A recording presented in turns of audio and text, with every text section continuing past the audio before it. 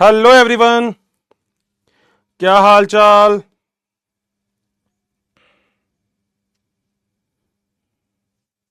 कैसे हैं? नमस्कार।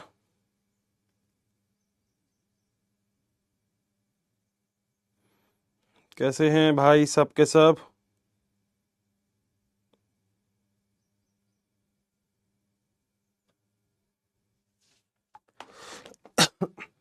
नमस्ते, very good evening all of you. बहुत ही बढ़िया होंगे, मस्त होंगे और जबरदस्त होंगे।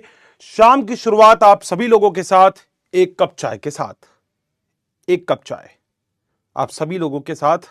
एक कप चाय। अगर आप पानी है आपके पास तो पानी पी सकते हैं, दूध है अगर आपके पास तो दूध पी सकते हैं, कॉफी पी रहे हो तो कॉफी पी सकते हो। एक कप चाय के साथ शुरुआत करते हैं एक बहुत ही शानदार जबरदस्त जिंदाबाद वाली चैप्टर की। जल्दी से आ जाओ फटाफट, क्योंकि तुम आओगे तो ही मजा आएगा।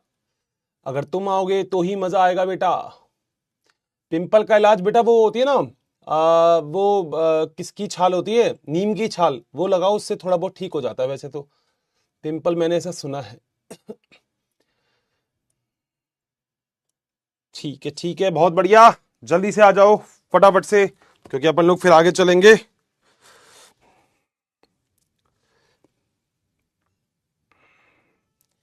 एक दो बच्चों को टाइम टू टाइम ब्लॉक करवा देना चाहिए, नहीं? आज भी होंगे कुछ ब्लॉक। चलो जल्दी से आ जाओ फटाफट से। Hello, good evening, good evening. कैसे हैं आप सभी के सब? बहुत ही मस्त होंगे, जबरदस्त होंगे, शानदार होंगे। जय श्री कृष्णा। चाहत जी क्या हाल चाल? राम राम भाई, बहुत बढ़िया। मॉड्यूल के क्वेश्चन नहीं बनते बेटा, मॉड्यूल के देखो सारे क्वेश्चन नहीं बनाने तुम्हें। अब एक ही चीज को मैं हर क्लास में तो बोलूंगा नहीं बेटा, है ना? इसका मतलब आप रेगुलर क्लास नहीं लेते। मॉड्यूल के केवल वही क्वेश्चन करने हैं जो एनसीईआरटी बेस हो। मैं लिखता हूं एनसीईआरटी बेस क्वेश्चन हमेशा, तो एनसीईआरटी बेस्ड क्वेश्चन ही करने हैं बेटा, देखो फालतू क्या नहीं करने। और सुन मेरी बात, तुम लोगों को ज्यादा बड़ी बात नहीं, आज नीट के क्वेश्चन करवाता हूं जो 24-25 में आए, तो तुमको क्लियर हो जाएगी। Very good evening, thank you so much blooms flowery. Alwar कब आ रहे हो? बताऊंगा नहीं मैं छोड़ो, नहीं बताऊंगा। जेनेटिक कोड रिपीट कर देना बिल्कुल। Ayush Singh Radhe Radhe. Sir time manage नहीं हो पा रहा है, अभी बताता हूं बेटा इसके बारे में। सर कल का रिकैप बिल्कुल दे देते हैं। Riya very good evening. Hi Anshu Yadav very good evening. Hi S K Giri बहुत बढ़िया। रेखा प्रिया नमस्ते। अर्पित जी नमस्कार। फटाफट से बेटा एक काम कर दो, तुम्हें पता है क्या करना है, तुम्हें वो ठोकना है बेटा, दिल उस पर कर दो। 326 है अभी बेटा, कम से कम 2000, अधिक से अधिक 3000, इतना तो कर सकते हो। एक दूसरे बैच में बेटा मैं जा रहा हूं, सच बता रहा हूं, मतलब मैं तुम्हारी बुराई नहीं करूंगा, मगर बेटा वो भी तुमसे तुम्हारे जैसे ही हैं। वो ताबड़तोड़ लग जाते हैं। वो कहते हैं सर लो आज लेक्चर मत लो, आज दिल की बात लो, आज दिल की बात करते हैं। तो आज देखते हैं जरा तुम कितना करते हो। आज तुम्हारी पहली क्लास है। अरे मेरे भाई, अरे मेरे भाई, जिसकी पहली क्लास है बेटा, जय हो प्रभु, जिसकी पहली क्लास है वो कृपया करके थोड़ी सी शांति बनाए रखें। जिस बालक की यहाँ पे आज पहली क्लास है वो कोई बात नहीं बेटा, तो ये पहली क्लास है तो बढ़िया है, मगर मैं तुझसे ये चीज कह रहा हूं, ज्यादा समझने की कोशिश बिल्कुल मत करना कि अगर तेरी पहली क्लास है तो भगवान करे अच्छी तेरे को बात समझ में आ जाए। ठीक है बेटा? हाँ। 5000 कर सकते हो क्या तुम? नहीं यार, 5000 ज्यादा हो जाते हैं, 2000 तो ठीक है। 2000 ठीक है। हाय अदिति, हाय प्रताप, हाय राबिया, हाय महक, हाय प्रीति, हाय फैज, शिफा के क्या हालचाल? महिमा जी कैसे हैं? परमिल, नेहा, भूमिका, दिव्यांश, प्रीति, अबे लड़का नहीं है क्या कोई? अच्छा बसंत, अच्छा बसंत है, नितिन है, वी के वर्मा जी हैं यहाँ पे, बहुत बढ़िया। मुस्कान जी, अमित जी हैं, नेहा है, बहुत बढ़िया। गरिमा है, प्रियांशु है, गौरव जी, डाटा जी हैं, गौरव जी हैं, वरुण हैं, शहबाज है, शोभित जी हैं यहाँ पर, बहुत बढ़िया, मजे में, जबरदस्त, जिंदाबाद। 2000 क्रॉस कर दिए हैं अपन ने, बहुत बढ़िया। इसी बात पे आज मैं तुम्हें एक गाना सुनाऊंगा। गाना सुनाऊं? अभी सुनाऊं बाद में सुनाऊंगा ना? गाना बाद में सुनाऊंगा, ठीक है? अभी तो तुम भूल जाओगे, बाद में सुनाऊंगा, ठीक है? बाद में गाना सुनाऊंगा। 2775 कर दिए, बहुत ही बढ़िया, जबरदस्त, जिंदाबाद। आ जाओ बेटा, आओ बेटा।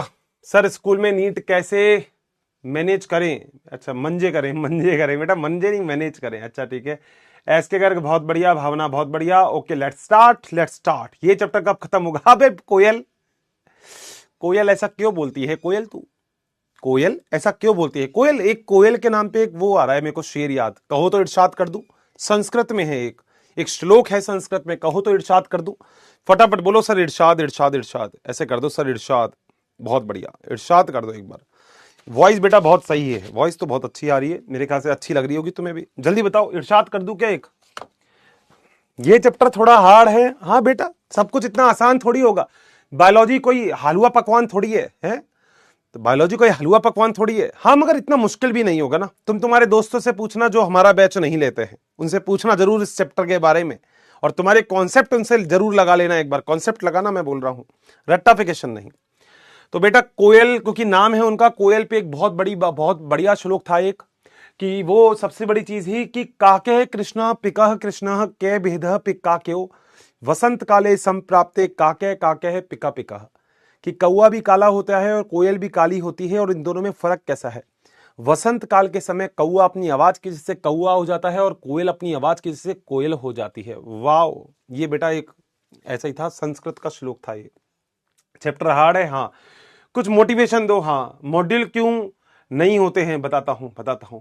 विमोचक क्या है? विमोचक कारक शायद रोकने वाले कारक होते हैं। रिवाइज कर दो, रिवाइव अलग चीज होती है। 11th का टोटल कैसे पढ़े सर, ये चैप्टर थोड़ा सही से पढ़ाओ, बहुत हार्ड चैप्टर है बेटा। ऐसा तो मत कह, सही चल रहा है, धीरे धीरे। आज लेक्चर नंबर 12 चल रहा है बेटा, और कितना सही से पढ़ाऊं। कुछ लोग तो समझ में ही नहीं आता मुझे क्या चाहते हैं मुझसे। चरण स्पर्श भाई विवेक, थैंक यू भाई, थैंक यू। क्वेश्चन करवा दीजिए बिल्कुल, आज करवाएंगे क्वेश्चन, PYQ करवाएंगे 2024-25 के। डीएनए को बनने में कितना टाइम लगता है बेटा? डीएनए के प्रतिकृतियन में एनसीईआरटी बोलती है 8 घंटे लगते हैं, क्योंकि एस प्रावस्था में होती है। क्लास 11th में दे रखा है। राम राम, रिकैप, राधे राधे राधे राधे राधे राधे। आज मैं स्कूल गई थी, बहुत खुशी की बात है। Very good evening. Telegram channel नहीं मिल रहा, आज मिल जाएगा। Good evening. आज कंप्लीट रिवीजन करवा दो बेटा। कंप्लीट रिवीजन एंड वाली क्लास में होगा, बीच बीच में रिवीजन नहीं करवाऊंगा पूरा। कंप्लीट रिवीजन एंड वाली क्लास में, बहुत बड़ा चैप्टर है भाई। देखो, एक 2-3 चीजें पहले सुन लो, क्योंकि अब कमेंट बॉक्स थोड़ा सा बंद कर देता हूं, और 2-3 बातें मेरी सुन लो। देखो, कुछ बच्चे ऐसे होते हैं जिनको शिकायत हमेशा करनी होती है। वो कह रहे हैं सर धीरे पढ़ाओ। लेक्चर नंबर 12 चल रहा है ये। मुझे नहीं पता टोटल कितने लेक्चर दे रखे होंगे, मगर अभी लेक्चर नंबर 12 चल रहा है ये। अब लेक्चर नंबर 12 चल रहा है, और अभी भी शायद 1-2 लेक्चर और लगेंगे, क्योंकि एनसीईआरटी भी साथ साथ चल रही है। और मैंने आपसे बोला था क्वेश्चन आंसर भी करवाऊंगा। आज भी 8-10 क्वेश्चन आंसर आज लेके आया हूं, जो 2024-25 के हैं। अब देखो, एक छोटी सी बात तो आपको समझनी पड़ेगी। खुद पे विश्वास करना बहुत जरूरी होता है, जो शायद आप लोगों को करना पड़ेगा। मेरी बात सुन लेना। लेक्चर चालू करने से पहले एक छोटी सी बात, एक छोटा सा मोटिवेशन दे देता हूं मैं। एक तो पहले तो देखो, 2-3 चीजें आपको अपने दिमाग में बैठा के रखनी है। एक छोटी सी बात होती है ट्रस्ट की, जो बहुत जरूरी होता है। मैं आपके बैच में ये वाली बात बाद में भी बोल चुका हूं। नो डाउट आपके बैच में बहुत सारे बच्चे ऐसे होंगे जो पुराने मुझसे पढ़े हुए हैं, अर्जुना वाले। आई थिंक बहुत सारे बच्चे ऐसे होंगे जो अर्जुना वाले होंगे, और बहुत सारे बच्चे ऐसे होंगे जो नए होंगे। आज इसका एक पोल कर लेते हैं। कौन से बच्चे ऐसे हैं जो पुराने हैं, अर्जुना वाले हैं, ओल्ड अर्जुना वाले हैं, और कौन से बच्चे ऐसे हैं जो अभी न्यू हैं, जो अर्जुना नहीं पढ़े हैं मुझसे। ठीक है, 2 तरीके के बालक होंगे यहां पे। देखो दोस्त, एक बात तो आप लोग समझना, 11वीं का बेस ही होता है। मेरी बात समझना। मैं ये नहीं कह रहा कि आपने अच्छा नहीं पढ़ा, आपको अच्छा नहीं पढ़ाया, सब बढ़िया पढ़ा आपने जहां भी पढ़ा। मगर 12वीं में अगर किसी बच्चे ने 11वीं नहीं पढ़ी है, तो उसको 12वीं में मेरे साथ मेहनत करनी पड़ेगी। बार बार ये शिकायत करने का सिलसिला बंद करो। धीरे पढ़ाओ, तेज पढ़ाओ, मैं अपने हिसाब से पढ़ाऊंगा। आज 12वां लेक्चर है, और आपको पता है 12 लेक्चर बहुत होते हैं। 12 लेक्चर बहुत होते हैं एक चैप्टर के लिए। 2 लेक्चर शायद अभी इसमें और भी लगेंगे, तो 14 लेक्चर तक तो लगभग कहानी पहुंचेगी ही पहुंचेगी। इसमें मैं कोई शॉर्टकट नहीं ले सकता, इतना तो पहुंचना है हमें। सही है। और 14 लेक्चर बाद भी किसी को लगता है कि सर बहुत तेज पढ़ा रहे हैं, तो बेटा मैं तो सीधी सी बात कहता हूं, फिर वहां पढ़ ले वो जाके जहां पे उसको समझ में आ रहा है। 14 लेक्चर बहुत होते हैं बेटा। इसके बाद भी लगता है आप हर्षित सर तेज पढ़ा रहे हैं, पूरा एनसीईआरटी लगभग रिकैप में हर बार कर लेता हूं।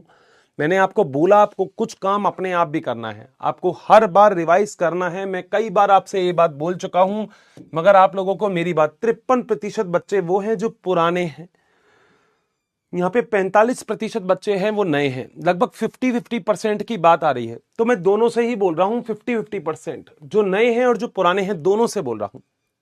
पुराने वालों तुम तो संभाल लोगे, नए वालों खास तौर से एक बात बोल रहा हूं, मेरी हर बात ध्यान से सुना करो। पुराने बच्चों में से शायद ऐसा कोई भी बच्चा नहीं होगा जो मेरे साथ साथ नोट करता है, मगर नए वाले मुझे पता है बहुत सारे तो मानते नहीं है, मेरे साथ साथ नोट कर लेते हैं। नहीं करना भाई। जो बच्चा आज मेरी क्लास में पहली बार बैठा है बेटा, उसको क्या पता क्या समझ में आएगा, तुम्हें खुद को भी पता है ये चैप्टर कैसे है। अगर ये इतने ही आसान होते तो बेटा मैं फटाफट से करवा देता। चैप्टर में टाइम लगता है जो लगेगा, चैप्टर समझाने में टाइम लगता है जो लगेगा। तुम खुद देखो, पूरे एक लेक्चर में एक एक टॉपिक ही हो रहा है। पिछले वाले लेक्चर में केवल एक ही टॉपिक हुआ, अनुलेखन। बताओ और कुछ हुआ क्या? उससे पहले वाले लेक्चर में केवल एक ही टॉपिक हुआ, वो मॉडिफिकेशन जो किया था अपन ने स्प्लाइसोसोम के द्वारा, एक्सॉन इंट्रॉन वाला। बताओ कुछ हुआ क्या? तो बेटा एक टॉपिक एक लेक्चर के अंदर बनता है, इतना तो बनता है बेटा। मैं 1.5-2 घंटे की अगर क्लास ले रहा हूं तो इतना तो बेटा बनता है, इतना तो अपन को करना पड़ेगा। तो सर नए और पुराने वालों को दोनों को क्या करना है? दोनों को एक ही काम करना है, मेरे साथ साथ नोट बिल्कुल नहीं करना है। पहली बात, जो बच्चा आज पहली बार इस लेक्चर में बैठा है वो कृपया करके पुराने लेक्चर पढ़े बेटा। ये कोई मिठाई की दुकान नहीं है, ये कोई गोलगप्पे नहीं है जो मैं तुम्हें खिला दूंगा और तुम्हें नमक कम लगेगा तो डाल दूंगा, ऐसा नहीं होगा। ये कॉन्सेप्ट है बेटा। मेरी बात समझ में आ रही है? अच्छे से मेरी बात दिमाग में घुस रही है? अगर आप लोगों को मेरे साथ साथ कॉन्सेप्ट को बिल्डअप करना है, अगर आप लोगों को मेरे साथ साथ पढ़ना है, अगर आप लोगों को सिलेक्शन लेना है, अगर आप लोग मेरी सारी बात मानते हैं, विश्वास करो सिलेक्शन हो जाएगा। विश्वास करो सिलेक्शन हो जाएगा, मगर मेहनत करनी पड़ेगी दोस्त। हलवा नहीं है ये और हवा भी नहीं है ये इतना आसान भी नहीं है तो इतना मुश्किल भी नहीं है। मैं ऐसा बिल्कुल नहीं कहूंगा नीट बहुत आसान है। अगर आसान होता तो हर कोई बच्चा कर लेता, बिना पढ़े कर लेता। मगर इसमें सच में अगर पढ़ने की जरूरत पड़ रही है तो इसका मतलब हमें मेहनत करनी पड़ेगी और उसका कोई शॉर्टकट नहीं है। डेली जो पढ़ा रहा हूं, फिर बोल रहा हूं, मैं सारे बच्चों से बोल रहा हूं, मेरी बात नहीं मानोगे तो तुम्हारी इच्छा। डेली आज मान लो मेरा लेक्चर नंबर 12 अगर आज मैं पढ़ाऊंगा और अगर मैंने आज इसकी एनसीईआरटी भी पढ़ा दी, मैंने टॉपिक भी पढ़ा दिया और मैंने अगर इसकी एनसीईआरटी भी पढ़ा दी, तो आपका काम क्या होना चाहिए इससे रिलेटेड? आपका काम, और देखो ये होमवर्क होता है, ये लिखूं नहीं लिखूं, वो लास्ट वाली होमवर्क की स्लाइड हो या नहीं हो उससे किसी को फर्क नहीं पड़ना चाहिए। आपका काम क्या होना चाहिए? आपका सबका काम होना चाहिए कि आप मेरी क्लास के बाद नोट करेंगे। नहीं मानोगे तो बेटा मत मानना, तुम्हारी इच्छा। मैं तो लिख सकता हूं, मानना नहीं मानना तुम्हारी इच्छा, पहली बात। दूसरा, ये पहला काम है आपका। दूसरा काम आपका है एनसीईआरटी। आपको रीड करनी है, मगर वो नहीं जो आज पढ़ा रहा हूं, नहीं, शुरू से, चैप्टर की शुरुआत से, चैप्टर के स्टार्टिंग से, तभी हो पाएगा बेटा सिलेक्शन, नहीं तो नहीं हो पाएगा। शॉर्टकट नहीं है। ताज्जुब करोगे, बहुत सारे बच्चों के बहुत प्यारे मैसेज आते हैं इंस्टाग्राम पे जो मैं पढ़ पाता हूं, सबके तो नहीं पढ़ पाता। वो बोलते हैं हर्षित सर लगभग 10 बार रिवाइज हो गया ये चैप्टर, अभी तक हमारा एनसीईआरटी के साथ 10 बार रिवाइज हो गया। रिवाइज का मतलब ये नहीं रट्टाफिकेशन, रिवाइज वैसे जैसे मैं पढ़ा रहा हूं एनसीईआरटी, एक एक लाइन को अपने अपने वर्ड्स में बोल बोल के पढ़ाता हूं, ऐसे पढ़ना है आपको। 2 काम हो गए। तीसरा काम जो करना है आपको, अगर आपके पास मॉड्यूल है तो अच्छी बात है, तो मॉड्यूल के क्वेश्चन जो कि topic and notes plus NCERT base हो, ऐसे क्वेश्चन छोड़ देने हैं जो फालतू के हैं। शाइनल डरगर्नो सीक्वेंस, एंटी शाइनल डरगर्नो सीक्वेंस मैंने तुम्हें नहीं बताया क्योंकि तुम्हें पढ़ना नहीं है। अगर मैं तुम्हें एम्स की तैयारी करवाता ना, अगर अलग अलग होते थे पहले एम्स और नीट, तो अगर एम्स की तैयारी करवाता तो पक्का बोल रहा हूं तुम्हें इतनी चीज और पढ़ाता कि तुम खुद ये कहते थे अरे हर्षित सर क्या है एनसीईआरटी। ये 15-14 लेक्चर में भी नहीं, कम से कम 20 लेक्चर लेके जाता है ये चैप्टर। इस चैप्टर की औकात है, वैल्यू होती ना, वैल्यू है इस चैप्टर की। ये सारे काम अगर डेली करोगे बेटा तो ही सिलेक्शन की उम्मीद रखना। ये कोई हलवा नहीं है कि दूंगा और खाओगे और हो जाएगा। मेहनत करनी पड़ेगी। मेरे साथ साथ जैसा मैं बोल रहा हूं वैसा करना पड़ेगा। देखो, गुरु तो बनाना पड़ता है किसी को, समझ रहे हो मेरी बात? लाइफ में किसी को भी ऐसा मान लेना कि ये जो बंदा बोल रहा है इसकी बात मुझे माननी है। अगर तुमको मानना पसंद है तो तुमको जो भी टीचर पढ़ाते हैं सारे कुछ ना कुछ बात बोलते होंगे, मैं भी बोल रहा हूं, तो जो मैं बोल रहा हूं बेटा वैसे ही पढ़ोगे तो मैं आप विश्वास दिलाता हूं सिलेक्शन हो जाएगा। मैंने कोई भी मुश्किल चीज नहीं लिखी है इसमें, मैंने वही चीज लिखी है जो आसान है। प्लस एक क्वेश्चन सब बच्चों का और होता है, हर्षित सर एक बात और बताओ, हमारा स्कूल भी है, हमारी क्लास भी है कोचिंग की, तो सर हम कैसे मैनेज करें? बेटा आप आसानी से ये दोनों चीजें मैनेज कर सकते हो। सर कैसे मैनेज करें? बेटा देखो, स्कूल तो जाओगे ही जाओगे, क्योंकि आप एक बात मानो, ये स्कूल की लाइफ भी बहुत प्यारी लाइफ होती है। तो अगर आपको स्कूल जाना पड़ रहा है तो बेटा जाओ स्कूल, कोई दिक्कत नहीं है। कोचिंग की जो क्लास होती है ना, उसका टेस्ट अलग है, समझना। एक तो ऐसा होता है कि आपको स्कूल जाके दोस्तों से बात करनी हो, और एक ऐसा होता है कि हम स्कूल में भी मेहनत कर रहे हैं और कोचिंग में भी मेहनत कर रहे हैं, इस क्लास में भी मेहनत कर रहे हैं। तो दोनों चीजों को मिला के चलना सीखो, मेरी बात समझना। मैं आपको ऐसा कुछ भी नहीं पढ़ा रहा जो आपके 12th क्लास में नहीं आएगा। तो स्कूल की प्रॉब्लम तो खत्म हो गई कि अर्षित सर स्कूल में हम कैसे करें, सब कुछ आपका स्कूल का ही है, ठीक है। मैं आपसे यह भी कह रहा हूं कि मैं एनसीईआरटी से ज्यादा ही पढ़ाऊंगा। बेटा दिक्कत कब है? जब कम पढ़ाऊं, ज्यादा पढ़ाने में तो दिक्कत नहीं है, ठीक है। कुछ बच्चे ऐसा लिखते हैं, अर्षित सर और लिखाओ। बेटा मैं एक बात बोलूं तुझसे, रटना चाहता है तू लिख लिख के, समझना चालू कर, तेरे को दिक्कत नहीं आएगी, मैं बैठा हूं। तू तेरे तरीके से चल रहा था ना 11वीं क्लास तक, अब तू हर्षित सर के तरीके से चल 12वीं क्लास से। तुझे नीट के एग्जाम्स के अंदर मैंने तुझे 11वीं अगर नहीं पढ़ाई हो तो 12वीं तो पढ़ाई ना, तुझे मजा आ जाएगा, तो नीट के एग्जाम को फोड़ के आएगा। और ये मैं तुझसे नीट के एग्जाम के बाद ही बात करूंगा। तू मेरे से बोल दिया हर्षित सर मजा आ गया, क्या 12वीं पढ़ाई थी आपने, और तू वही चीज स्कूल में, मैं कुछ अलग थोड़ी पढ़ा रहा हूं, 12th ही पढ़ा रहा हूं, तेरी एनसीईआरटी तेरे सामने पढ़ा रहा हूं। तुझे रटना पसंद है तो वही जो सारी थ्योरी है वही लिखी है तेरी नीट वो बोर्ड के एग्जाम्स में। मगर नीट ऐसा नहीं नीट नहीं करती है ऐसा।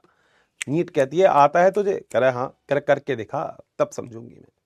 तो बेटा मेहनत तो मेरे साथ साथ आपको करनी पड़ेगी, इतना काम करना पड़ेगा, आसानी से मैनेज हो जाएगा। जिस बच्चे का भी बैकलॉग है,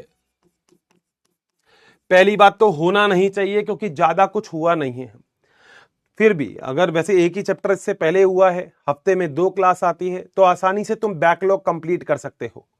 अब फिर भी बेटा किसी की आदत होती है, किसी बच्चे की, मेरा बैकलॉग है, मेरा बैकलॉग है, हर चीज सर ये कैसा है, अरे केमिस्ट्री वाला कैसा है, अरे जूलॉजी वाला कैसा है, अरे फिजिक्स वाला कैसा है। तुम बोलते रहोगे बेटा हमेशा, और जिसको सिलेक्शन करना है वो निकल जाएगा, सिलेक्शन करके देख लेना। तुम देख लो तुम कौन सी कैटेगरी में आना चाहते हो। मेरे तरीके से चलना। बैकलॉग है ना, तो बेटा हफ्ते में जितने दिन मिलते हैं थोड़ा सा बैकलॉग क्लियर करना चालू करो, पढ़ो बेटा, पढ़ना तो पड़ेगा। ये मोबाइल में इंस्टाग्राम की रील देख देख के टाइम पास नहीं होगा बेटा, ध्यान रखना बस मेरी एक बात। मेहनत मजा तभी आएगा जब सिलेक्शन होगा, और उसके लिए बेटा तुझे मेरे साथ मेहनत करनी पड़ेगी, बस करनी पड़ेगी तुझे, उसका कोई शॉर्टकट नहीं है। कुछ बच्चे कहते हैं इसके शॉर्ट नोट्स बना दो। अबे शॉर्ट होते तो बना ही देता। शॉर्ट नोट्स तब पढ़े जाते हैं जब तेरे को पूरा चैप्टर आता हो, नहीं तो नहीं आएगा शॉर्ट नोट। चलूं मैं आगे? यहां तक मेरी बात सभी लोगों को डन है? क्या मेरी क्लास में सारे के सारे लोग ये प्रॉमिस करते हैं हर्षित सर से कि जैसा मैं बोल रहा हूं वैसा करोगे, मेहनत करोगे, आज से लग जाओगे, किसी की नहीं सुनोगे? कोई बोलता है तुमसे सिलेक्शन नहीं होगा, भाड़ में जान दो। कोई बोलता है तुमसे ये, भाड़ में जान दो, तुम तो तुम्हारी मेहनत पे ध्यान दो। तुम्हें किसी से कोई बात नहीं करनी, तुम्हें किसी से कुछ नहीं पूछना, तुम बस तुम्हारी मेहनत पे ध्यान दो, किसी को कोई फर्क नहीं पड़ता। अगर तुम आज से मेरे साथ लग सकते हो, आज से सोच सकते हो, आज से समझ सकते हो कि हाँ सर ने क्या बोला मैं मानूंगा, ये 20 मिनट की जो मैंने आज क्लास में तुमको दी है ना, खराब नहीं होने चाहिए। लेक्चर के साथ साथ जाइए, कभी भी डिमोरलाइज हो जाओ तो ये देख लेना कि हाँ हमें ऐसे पढ़ना है, ऐसे ही पढ़ना पड़ेगा, सिलेक्शन चाहिए। नहीं तो बेटा कर रहे हैं, कई सारे लोग हैं जो भीड़ में यही कहते हैं क्या कर रहा हूं, तैयारी कर रहा हूं। अब बेटा तैयारी तो दुनिया कर रही है ना, 20-25 लाख लोग तैयारी करते हैं, सबका सिलेक्शन थोड़ी होता है। तो बस सीधी सी बात है, सही है। तो जो शिकायत करते रहेंगे बेटा वो करते ही रहेंगे। वो यहां भी कर रहे थे, वो 11th में भी कर रहे थे, वो 10th में भी कर रहे थे, तो उनकी सारी क्लास ऐसी तैसी हो रही है। और जो पढ़ते हैं वो बेटा पढ़ के ही आगे निकल सकते। और कोई शॉर्टकट है ही नहीं बेटा, शॉर्टकट ही नहीं है कोई। बोलो क्या मेरी बात सभी लोग मुझसे प्रॉमिस करते हैं इस चीज के बारे में, प्रॉमिस है, डन है कि नहीं हर्षित सर मेहनत करके दिखाएंगे, सिलेक्शन करके दिखाएंगे आपको, बस हमें और कुछ नहीं चाहिए। डन है, पक्का। टेलीग्राम के चैनल का लिंक और दे दो बेटा। देखो वैसे तो मैं इंस्टाग्राम पे डाल दूंगा, इंस्टाग्राम नहीं चलाते तो कोई बात नहीं, बाकी हर्षित ठाकुरिया के नाम से, तो वहां पे मैं डाल दूंगा आज शाम को टेलीग्राम का मेरा लिंक। आप चाहो तो वहां से ज्वाइन हो सकते हो। उसमें बहुत सारे क्वेश्चन हैं, 11th के भी हैं, 12th के भी हैं। पढ़ते रहना, करते रहना, ऐसे काम आसानी से हो जाएगा। सही बात है। चलो बेटा, तो 99%, 68% अभी भी भारतीय मेरे से नहीं मानते, पता नहीं क्यों नहीं मानते। ये मिला लूंगा तो 99.5% के आसपास बच्चे हैं मेरे साथ। बहुत खुशी की बात है, मगर सभी को मेरे साथ होना चाहिए, क्योंकि मैं तुमसे तुम्हारे लिए ही मांग रहा हूं भाई। डॉक्टर किसके नाम के आगे लगेगा तुम्हारे? खुशी किसको होगी? मेरे को भी होगी, तुमसे ज्यादा होगी। समझ सकते हो ये बात, ठीक है। आ जाओ बेटा, आज सबसे पहले हम बात करते हैं एक छोटी से बारे में जिसका नाम था रिकैप। रिकैप में बहुत सारी बातें हमने पढ़ ली थी इस चैप्टर के बारे में, हम बहुत कुछ पढ़ चुके हैं। डीएनए की संरचना, आरएनए की संरचना, डीएनए आनुवंशिक पदार्थ क्यों होता है वो भी पढ़ लिया हमने। ग्रिफिथ का एक्सपेरिमेंट पढ़ लिया था, वो एस प्रभेद और आर प्रभेद वाला। अरे हाँ सर पढ़ा तो था, हमने पढ़ लिया था कि एवेरी, मैक्लियोड और मैकॉर्टी डीएनएज, आरएनएज, प्रोटीएज। हाँ सर वो भी पढ़ा था। हमने पढ़ लिया था कि हर्शे और चेस का एक्सपेरिमेंट क्या होता है। हमने पढ़ लिया था ये भी कि आखिर ये सारी की सारी चीज मेसेल्सन और स्टाल ने डीएनए अर्धसंरक्षी होता है कैसे बताया। हमने पढ़ा था डीएनए अर्धसंरक्षी होता है, हमने पढ़ा था डीएनए सेमी कंजर्वेटिव होता है, हमने पढ़ा था डीएनए में एक श्रृंखला सतत बनती है, एक असतत बनती है। हमने सारी बात पढ़ ली थी। हमने डीएनए हेलिकेज के बारे में पढ़ा था, डीएनए टोपोआइसोमरेज के बारे में पढ़ा था, हमने डीएनए गायरेज के बारे में पढ़ा था। जिसको रिकैप, देखो वही रिकैप सुन सकता है जिसको मजा आ रहा हो। थम करते रहना सर हाँ मुझे याद है। डेली पढ़ना पड़ेगा बेटा, भूल हर कोई जाता है। मैं भूल जाऊंगा, मैं तुम्हें नहीं पढ़ाऊंगा तो। मैं पढ़ाता हूं तो मुझे याद रहता है, तुम पढ़ते हो तो तुम्हें भी याद रहेगा, सीधी सी बात है, ठीक है। उसके बाद हमने पढ़ा था आरएनए कैसे बनता है। हमने एमआरएनए, टीआरएनए, आरआरएनए तीनों की संरचना पढ़ी थी। हमने पढ़ा था कि जो आरएनए का निर्माण होता है वो कैसे होता है। हमने पढ़ा था अनुलेखन की अभिक्रिया, पूरा हमने एमआरएनए बनाना सिखाया था, पूरा एमआरएनए बना था हमारे पास, हम पढ़ रहे थे। उसके बाद अनुवादन की अभिक्रिया, उससे पहले हमने आनुवंशिक कूट यानी कि जेनेटिक कोड पढ़े थे। हमें पता था कि हमारे पास टोटल मिला के 64 जेनेटिक कोड हैं, जिसमें से 3 स्टॉप हैं जिनके लिए आपके पास कोई भी टीआरएनए नहीं होता। वो कौन कौन से होते हैं? यूए, यूएजी, यूजी, याद करना पड़ेगा। ये एयूजी प्रारंभन कोडॉन होता है, ये प्रारंभन, पीछे समापन कोडॉन। सही बात है। अनुवांशिक कूट त्रिक होते हैं, बिल्कुल सही बात है। अनुवांशिक कूट ट्रिपलेट होते हैं, 3 से बने होते हैं, सही बात है। अनुवांशिक कूट में कॉमा नहीं होता, सही बात है। अनुवांशिक कूट सार्वभौमिक होते हैं, हर जगह माने जाते हैं, सही बात है। एक अनुवांशिक कूट केवल एक अमीनो अम्ल को बता सकता है, सही बात है।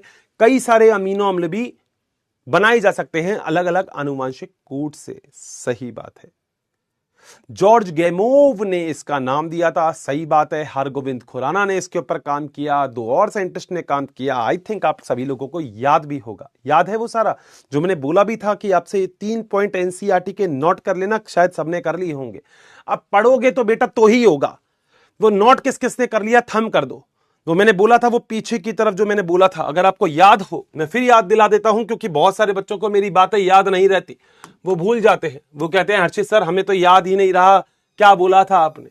मैंने बोला था जब आप सारी की सारी चीज कर रहे हो और जब आप अनुवांशिक कूट पढ़ रहे हो, तो मैंने बोला था अनुवांशिक कूट जब आप पढ़ोगे तो पढ़ने के बाद आपको कुछ वैज्ञानिकों के बारे में भी पता होना चाहिए। कहीं तो थे ये रे, ओकोआ निश्चित सार क्रम का जो हरगोविंद खुराना ने दिया था, और तीसरा आरएनए के साथ निश्चित क्रम का टेम्पलेट के ऊपर बहुलीकृत के प्रावधान करता है। नोट करने को कहा था सबसे, अब कुछ नहीं किया होगा, कुछ अभी भी सोच रहे होंगे मैं क्यों करूं, तो बेटा मत कर, नीट के एग्जाम में आ जाएगा, फिर मुझसे बोलेगा हर्षित सर ये क्या हो गया, ठीक है।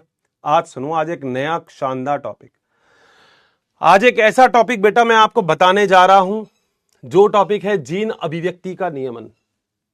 एनसीईआरटी पढ़ लोगे, विश्वास करो, एनसीईआरटी पढ़ने के बाद बस मुझसे एक ही चीज बोलने वाले हो तुम, पता क्या?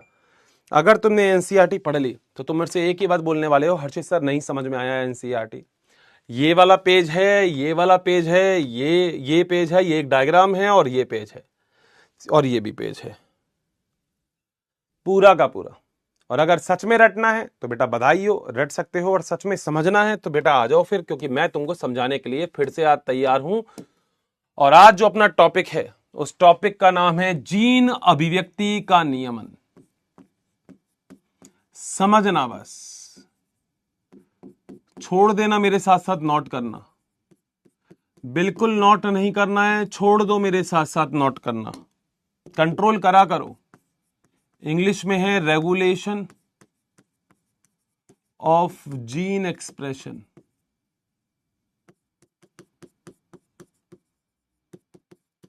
मत नोट करा करो, रुक जाया करो भाई, मेरे साथ साथ नोट मत किया करो, रुक जाया करो। मैं मना करता हूं तो मतलब मान लिया करो मेरी बात, फिर नोट नहीं करना है। नोट तो बेटा कहीं से भी कर लोगे, फोटो स्टेट कर लोगे, इसका प्रिंट आउट निकाल लोगे, सारे काम पॉसिबल हैं। असली बात है बेटा समझने की, जो समझेगा वही पढ़ पाएगा, नहीं तो कोई भी नहीं पढ़ पाएगा। ठीक है, अब सुनो बेटा क्या होता है।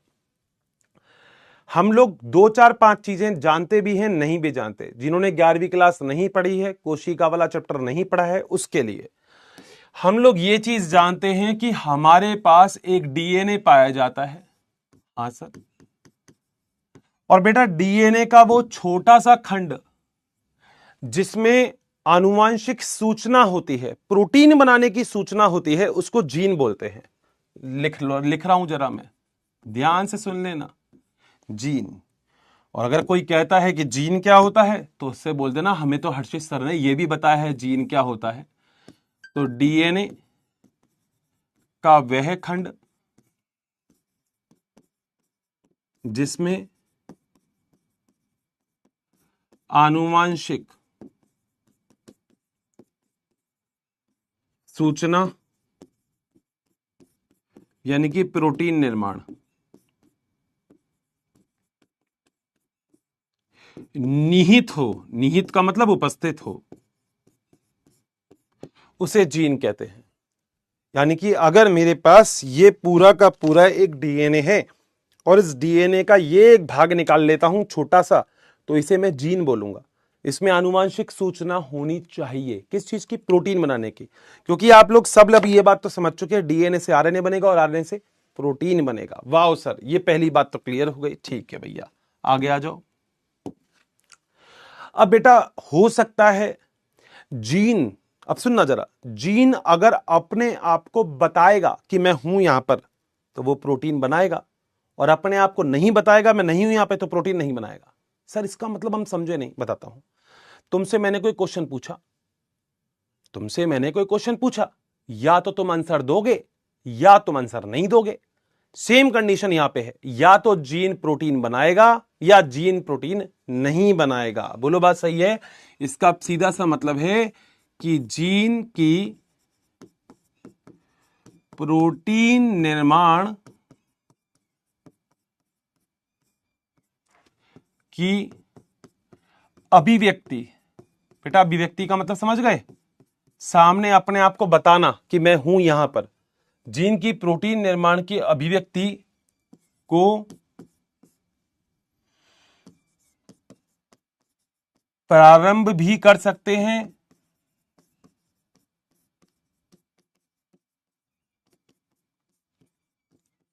वे इसे रोक भी सकते हैं।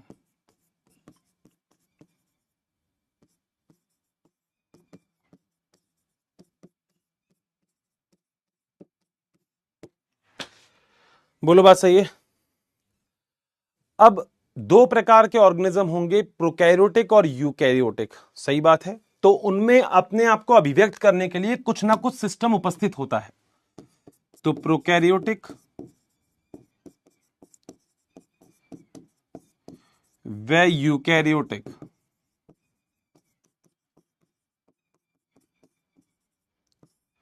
कोशिका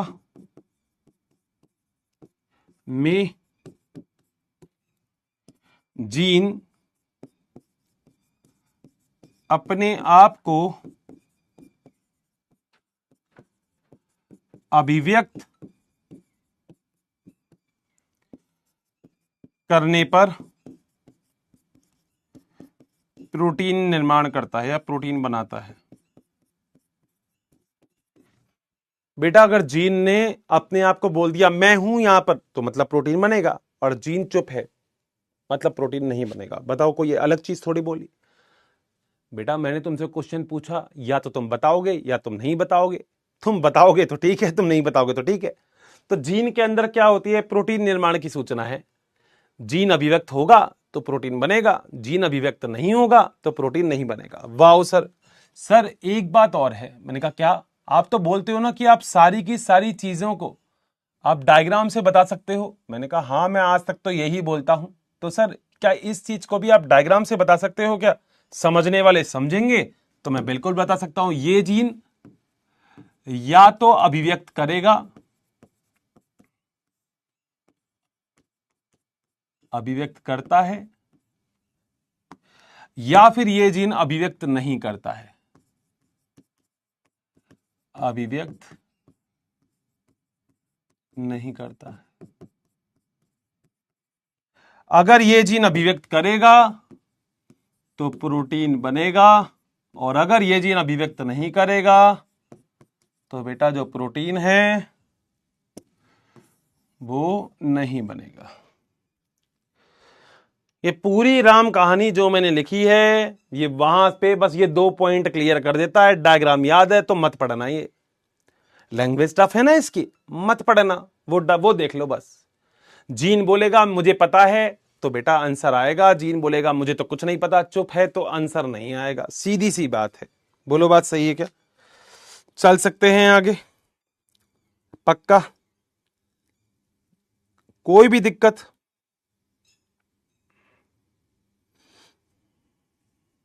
अब देखो, अब बेटा हमारे पास 2 प्रकार की कोशिका है, जिसमें एक कोशिका तो है प्रोकैरियोटिक कोशिका। हाँ सर बिल्कुल है।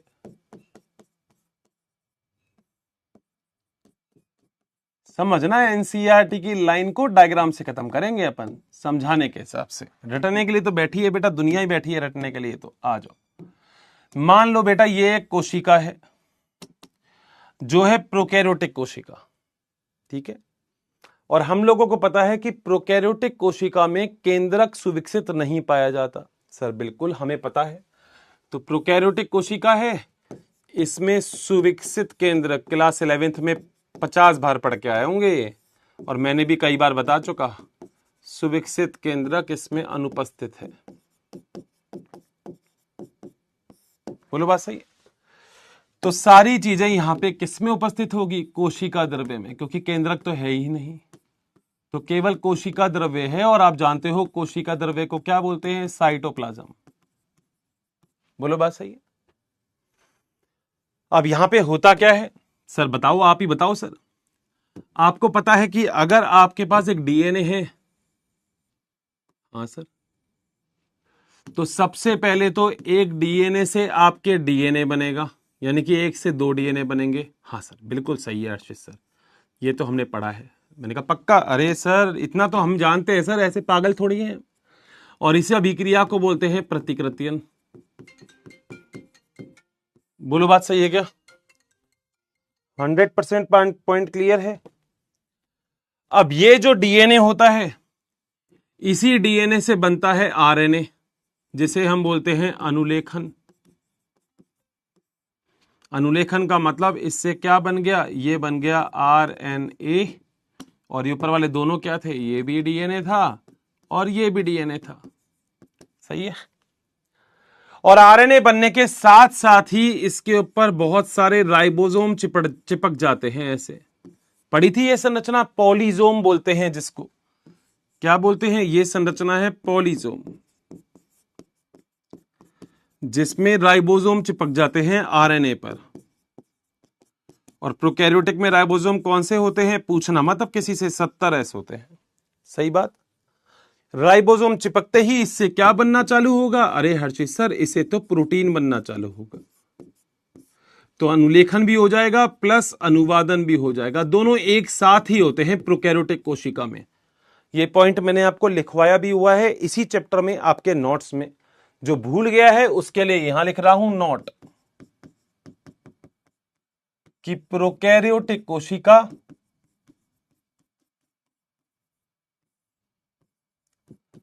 में अनुलेखन, ये लिख चुका हूं, तुम्हारी नोटबुक में होगा, प्लस अनुवादन व अनुवादन एक साथ होता है, कपल्ड।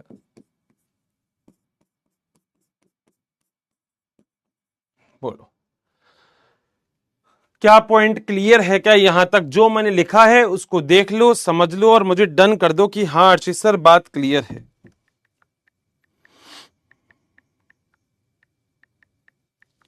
बता दो।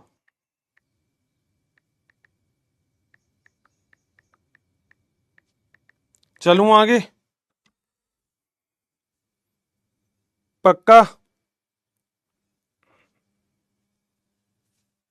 कोई दिक्कत है यहां तक किसी को? पहली बात क्लियर हो गई कि प्रोकैरियोटिक कोशिका में क्या होता है। प्रोकैरियोटिक कोशिका में डीएनए होगा, प्रतिकृतियन से डीएनए बनेगा, उससे अनुलेखन अनुवादन दोनों एक साथ होंगे और प्रोटीन का निर्माण आपका हो जाएगा। सर मजा आ गया? ठीक है जी। प्रोकैरियोटिक हो गया तो सर फिर यूकैरियोटिक कोशिका भी होगी। हाँ सर बिल्कुल होगी, आ जाओ बेटा। ये है यूकैरियोटिक कोशिका। और यूकैरियोटिक कोशिका के बारे में आप लोग एक चीज जानते हो कि इसमें तो सुविकसित केंद्रक पाया जाता है। सुविकसित केंद्रक प्रेजेंट है। सही है। मतलब क्या है? मतलब है बेटा ये डायग्राम, फिर यहां पे एक बनाना है आपको केंद्रक, फिर ये अरे ये केंद्रक है। तो आपको पता है यहां पे ये तो होगा कोशिका द्रव्य,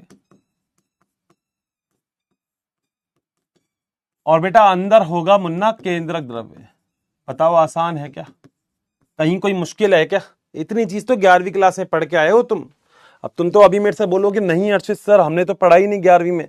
अब तुम मना भी तो कर देते हो ना, कुछ बच्चे तो मना ही कर देते हैं, मैं तो पढ़ के ही नहीं आया सर, मुझे तो पता ही नहीं है, मैं तो पता ही नहीं सर, ये क्या हो गया, पता ही नहीं मुझे तो। अरे बताओ ना, थम तो कर दो, बात क्लियर है तो। सो गए क्या? जल्दी बताओ, बातें क्लियर है क्या? पॉइंट क्लियर है? कोई दिक्कत विक्कत तो नहीं है? सब बढ़िया समझ में आ रहा है क्या? चलूं आगे? आ जाओ। अब क्या होगा, यहां पे सबसे पहले तो वही डीएनए है जिससे आपके पास 2 डीएनए बन जाएंगे। वाओ सर, मजा आ गया सर, ये बन गया डीएनए। डीएनए से क्या बन रहा है? डीएनए बन रहे हैं। सही है। अभिक्रिया का नाम क्या होता है? अभिक्रिया का नाम है प्रतिकृतियन। अच्छा कुछ बच्चों को ये और दिक्कत है, सर आप छोटा लिखते हो बड़ा लिखो। बेटा तेरे पास पीडीएफ आती है ना, तब आसान से पढ़ लिया कर। ज्यादा बड़ा लिखूंगा तो पेज में आएगा ही नहीं कुछ। ठीक है, आ जाओ। आपको पता है इस डीएनए से जब आप आगे चलोगे तो आगे आपको मिलेगा एमआरएनए, और एमआरएनए भी नहीं मिलता, आपको मिलता है एचएनआरएनए। अरे सर हमें पता है अर्षित सर, आप में बताना, मैं तो बेटा बोल ही नहीं रहा इसके बारे में। आपको पता है आपको मिलता है एचएनआरएनए, पूरा पढ़ा चुका हूं, जिसमें एक्सॉन और इंट्रॉन दोनों होंगे। वाह सर, ये तो हमें याद था, आपने बोल दिया, वैसे कोई दिक्कत नहीं है। एक्सॉन प्लस इंट्रॉन, याद आ गया? तमल्ली तमल्ली, ठीक है। फिर सर आपने इसकी स्प्लाइसिंग करवा दी थी, मैंने कहा तुम्हें याद है? अरे सर हम नहीं बोलते, SPLICING, और ये अभिक्रिया है अनुलेखन। स्प्लाइसिंग के बाद क्या हुआ था, केवल आपके पास जो बचा था वो क्या था, वो था mRNA, संदेशवाहक आरएनए। ऐसा ही था क्या कुछ? पक्का? अब इस आरएनए को आप ले आए थे बाहर,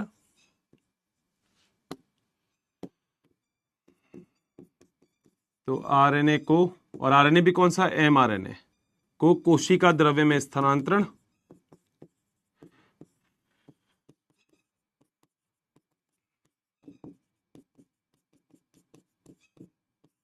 बोलो बात सही। और इसके बाद आपको पता है जैसे ये आरएनए बाहर आएगा, इस आरएनए से आप क्या बना दोगे, प्रोटीन। बताओ, और ये अभिक्रिया कौन सी है, ये अभिक्रिया है अनुवादन। बताओ भैया, देखो जिसने चैप्टर पढ़ा होगा केवल उसको ही समझ में आएगा, किसको नहीं भी आएगा। बाकी ये पूरे चैप्टर का रिवीजन है जो मैंने आज तक पढ़ा है आपको। इस चैप्टर में मेन टॉपिक प्रतिकृतियन, अनुलेखन, अनुवादन। बोलो क्या पॉइंट क्लियर है क्या? मतलब कोई दिक्कत तो होगी नहीं इसमें। जिसने पढ़ा है बेटा, अब नहीं पढ़ा है बेटा, जिसने कुछ भी नहीं पढ़ा है उसको तो कैसे ही समझ में आएगा, उसको तो यही लग रहा होगा अरे हर्षित सर ये क्या पढ़ा रहे हो, हमें तो कुछ पल्ले नहीं पड़ रहा। नहीं पड़ेगा बेटा, क्योंकि पुराना पढ़ना जरूरी है। नया पढ़ने के लिए पुराना पढ़ना जरूरी है। ये चैप्टर ऐसा ही है।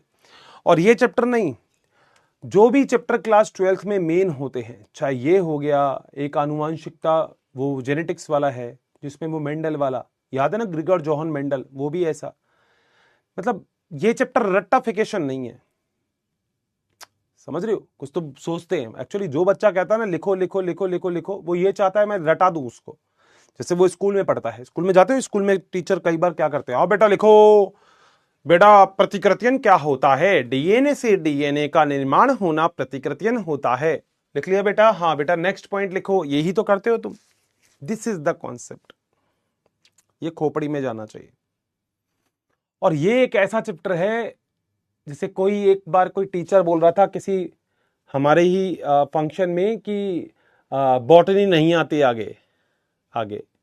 बेटा तेरी बॉटनी ना, तेरी जो बॉटनी है उसमें ये जो मैं चैप्टर पढ़ाता हूं कोशिका, ये जो मैं चैप्टर पढ़ा रहा हूं कोशिका चक्र एवं कोशिका विभाजन, ये जो मैं चैप्टर पढ़ा रहा हूं, तुमने क्लास 11 में पढ़ा होगा, ग्लाइकोलाइसिस पढ़ा तुमने, क्रेब्स चक्र पढ़ा तुमने, इलेक्ट्रॉन परिवहन तंत्र पढ़ा तुमने, ये जो मैं पढ़ा रहा हूं ये सारे चैप्टर तुम्हारे एमबीबीएस में है। बेस तो बेटा यही है, यही बेस है सारा जो मैं यहां पढ़ा रहा हूं। अब कुछ बोल देते हैं नहीं जिलॉजी जिलॉजी है बेटा, जिलॉजी नहीं बेटा, बॉटनी भी है, ठीक है। अब सुनो बेटा, जरा ध्यान से मेरी बात सुनना, ध्यान से। तुम अगर चौथी फ्लोर पे बैठे हुए हो और तुम्हें 2-3 बंदे मारने के लिए आ रहे हैं, पीटने के लिए, लड़कों तुम समझ पाओगे? लड़कियां क्योंकि ऐसा गैंग वैंग करती नहीं है ना, ऐसा गैंग वैंग नहीं बनाती लड़कियां। लड़कों के साथ होता है अरे मैं हूं इस गैंग में, ये है उस गैंग में, ऐसा। लड़कियां लड़कियां होती है, वो कहती है अरे क्या है, कुछ नहीं है। लड़कियां कैट फाइट करती है, बाल नोचती है, मैं तेरा खून पी जाऊंगी। लड़के कभी सुना है तुमने, लड़का, 2 लड़कों की लड़ाई हो रही है, लड़का बोल रहा मैं तेरा खून पी जाऊंगा? नहीं, लड़कों के ये शौक होते ही नहीं है खून पीने के, नहीं। वो जूस पीता है, कोल्ड ड्रिंक पीता है, पानी पीता है, चाय पीता है। लड़कों के शौक अलग है, अलग। खून पीने वाला तुमने कभी देखा नहीं होगा। गर्ल्स तुम भी बताना मैं कुछ गलत बोल रहा हूं तो, लड़कियां तुम भी मेरी बात बता सकती हो कि तुमने कभी सुना है ऐसा लड़का बोल रहा है मैं तेरा खून पी जाऊंगा? नहीं, लड़कियां बोलती है मैं तेरा खून पी जाऊंगी। ठीक है, अच्छी बात है, ये अच्छी बात है।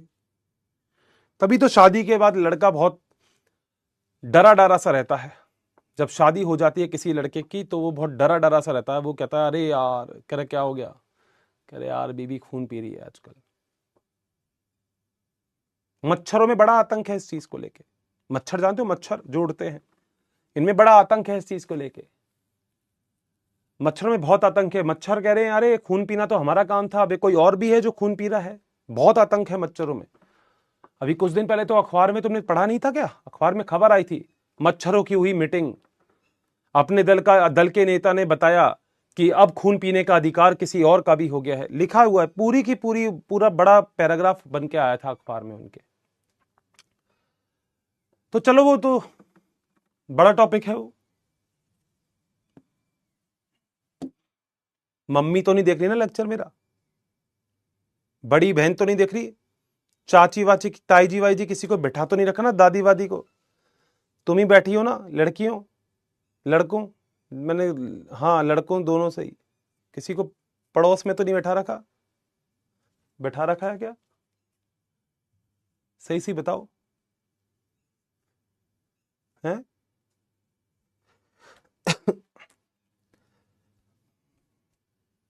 हाँ, अबे पड़ोस में तो नहीं बैठा रखा ना किसी को? अबे नालायको, मैं तुमसे कई बार बोल चुका हूं, मेरी बात केवल तुम तक रहनी चाहिए। ये तो मैं कॉन्सेप्ट समझाने के लिए तुम्हें बोल रहा हूं। मैंने भी गेट वेट बंद कर रखा है कि कल को कोई आ नहीं जाए, लड़की सुन ले कोई बाहर से आके खून वाली बात कर रहा है। हाँ, ये मत करना बेटा। देखो, तुम खाली पीली मेरे और तुम्हारे घर वालों के बीच में दुश्मनी पैदा करवा दोगे, मुझे पता है तुम करवा दोगे दुश्मनी पैदा। देखो मम्मी आओ, अब कई बच्चे तो रिकॉर्डिंग सुना देंगे, मम्मी आओ देखो क्या बोल रहे हैं सर। नहीं बेटा, ये समझाने का टॉपिक है, बस समझाने का। अब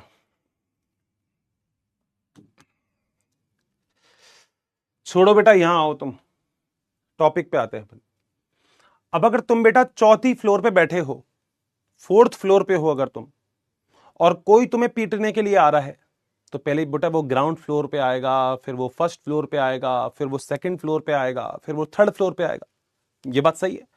तुम उसको ग्राउंड फ्लोर पे भी रोक सकते हो, तुम फर्स्ट फ्लोर पे भी रोक सकते हो, तुम सेकंड पे भी, तुम थर्ड पे भी ऐसे रोक सकते हो ना। अब सुनो जरा, यहां पे सुनो, यहां जो मैं पॉइंट दिख रहा हूं वो बहुत ही शानदार है कि यूकैरियोटिक कोशिका में, ध्यान सुनना, यूकैरियोटिक कोशिका में जीन अभिव्यक्ति को निम्न चरणों में रेगुलेट कर सकते हैं।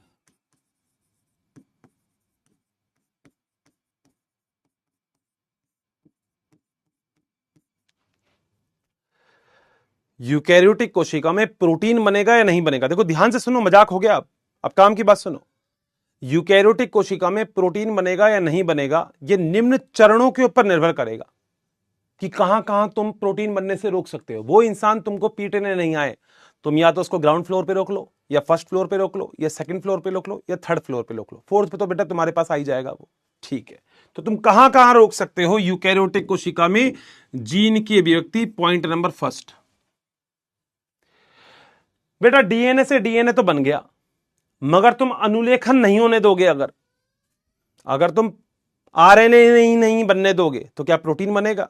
नहीं सर, क्योंकि सर डीएनए से आरएनए बनता है, फिर आरएनए से प्रोटीन बनता है। तो पहली चीज आप उसको रोक सकते हो अनुलेखन स्तर पर।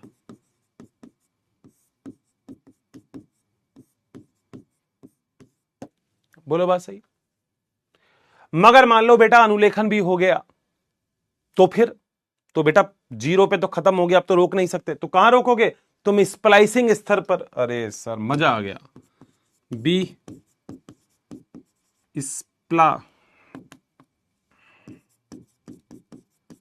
स्प्लाइसिंग स्तर पर, ठीक है। मगर यह भी निकल गया तुम्हारे हाथ से, तो तुम अब कहां रोक सकते हो? सर एमआरएनए के कोशिका द्रव्य में स्थानांतरण को रोक लो सर, क्योंकि अगर एमआरएनए कोशिका द्रव्य में जाएगा नहीं तो प्रोटीन नहीं बनेगा, क्योंकि राइबोसोम तो कोशिका द्रव्य में होंगे, ठीक है। तीसरी स्थिति, केंद्रक से एमआरएनए के कोशिका द्रव्य में आने पर, बोलो बात सही। और अगर यहां से भी बात निकल गई तो बेटा कहां किसको रोक दोगे? अनुवादन। प्रोटीन नहीं बनने दोगे तो अनुवादन स्तर पर, अनुवादन स्तर पर।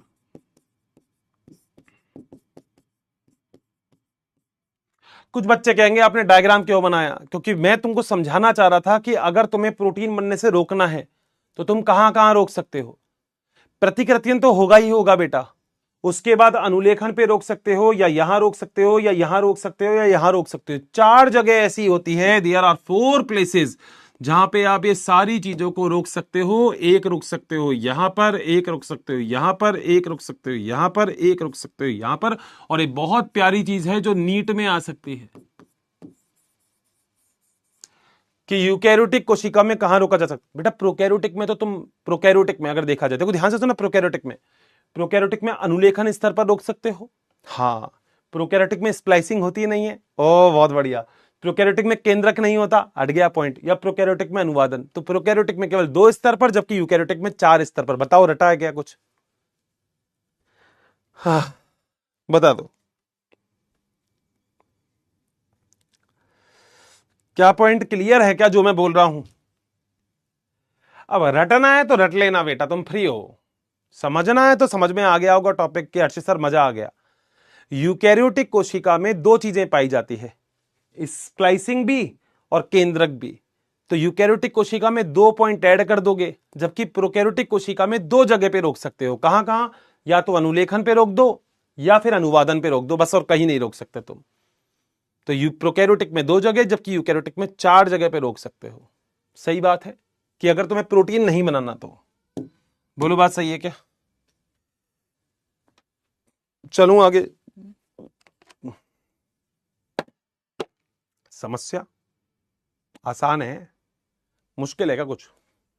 कुछ लगा ऐसा जो मतलब ऐसा आ गया हो कि अर्षित सर ये तो बहुत ताबड़तोड़ चीज आ गई, ये क्या हो गया? है कुछ ऐसा? आसान है ना, यही तो बायोलॉजी है। चैप्टर बड़ा है, बस ये बात मैं मानूंगा तुम्हारी कि चैप्टर बड़ा है, मगर चैप्टर बहुत बहुत बहुत बहुत बहुत बहुत ज्यादा कॉन्सेप्चुअल है। कॉन्सेप्ट है बस चैप्टर में, बड़ा जरूर है, मैं मानता हूं तुम्हारी बात। तुमने आज तक इतने बड़े चैप्टर नहीं देखे होंगे, तुम खुद कहते होंगे अर्षित सर जूलॉजी के तो चैप्टर खत्म हो जाते हैं, बॉटनी का होता ही नहीं है चैप्टर। देख लो ना तुम ताकत देख लो। और ये तब अच्छा लगेगा जब इस चैप्टर को रियलाइज करोगे, अरे यार प्रोटीन तब तक नहीं बनेगा। हाँ बात तो सही बोल रहे हो। यानी कि जो तुम चौथी फ्लोर पे बैठे हो, या तो जो पीटने आ रहा है उसको ग्राउंड फ्लोर पे रोक लो, या फर्स्ट पे या सेकंड पे रोक लो, रोक लो, ठीक है, कोई दिक्कत ही नहीं है। चले आगे, आओ बेटा। अभिव्यक्ति के आधार पर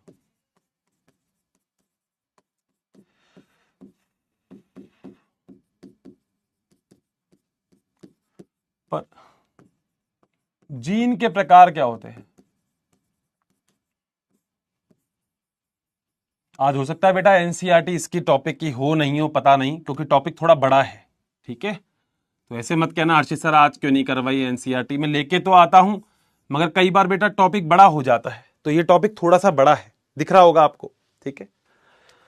आओ बेटा, अब देखो बेटा, बड़ा और छोटा तो मैं तुमसे क्या बात बोलूं, मैं यही लाइन तुमको समझाता तो मैं ये डायग्राम नहीं बनाता, मैं सीधा लिख देता, आपको समझ में आ जाता।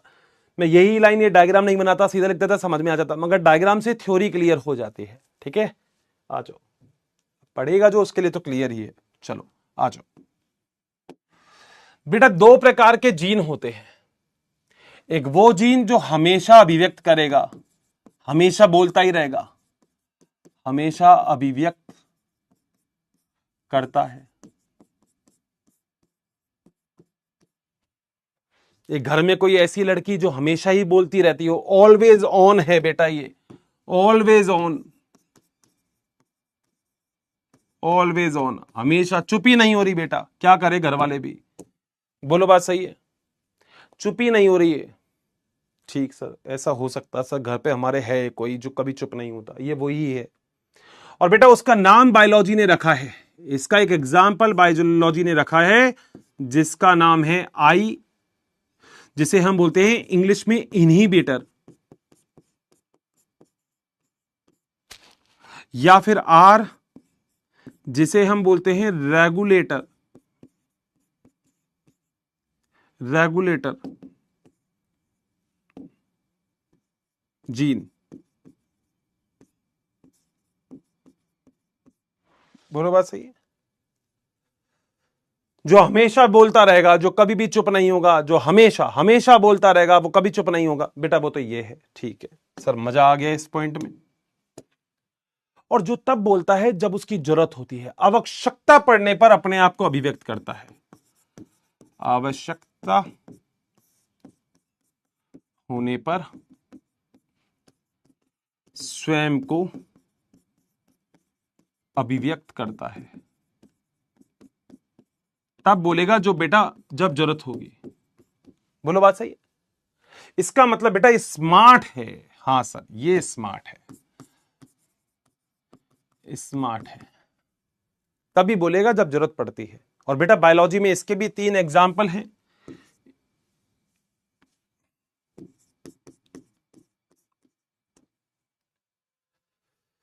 बायोलॉजी में इसके एग्जाम्पल हैं, एक तो याद रखना जेड जीन, एक याद रखना वाई जीन, और एक याद रखना ए जीन। हमेशा स्मॉल में लिखने हैं, बड़े में नहीं लिखने, सब छोटे में ही लिखे हैं, जेड वाई ए। तो जेड को भी छोटा ही लिख दो, वैसे तो कोई दिक्कत नहीं है। ये बेटा जेड जीन है, जेड जीन। 3 एग्जाम्पल इसके याद रखने हैं, एक एग्जाम्पल उसका याद रखना है। बताओ क्या पॉइंट क्लियर हो गया? क्या चल सकता हूं आगे? जो भी बात मैंने बोली है एक बार फटाफट से पढ़ के देख लो, तुम्हारे सामने पॉइंट लिखे हुए हैं, एक बार पढ़ लोगे तो तसल्ली हो जाएगी तुम्हें कि हाँ ठीक है, मैंने ये सारे पॉइंट जो हर्षित सर ने लिखवाए हैं पढ़ लिए हैं। पढ़ के देख लो एक बार, क्या पॉइंट क्लियर है? क्या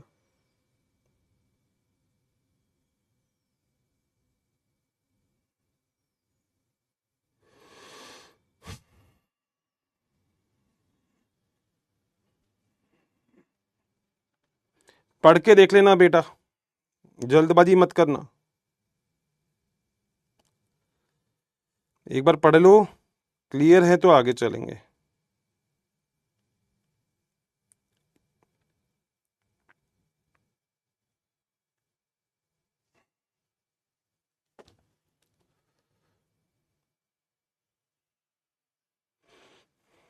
ये पेज पढ़ लो,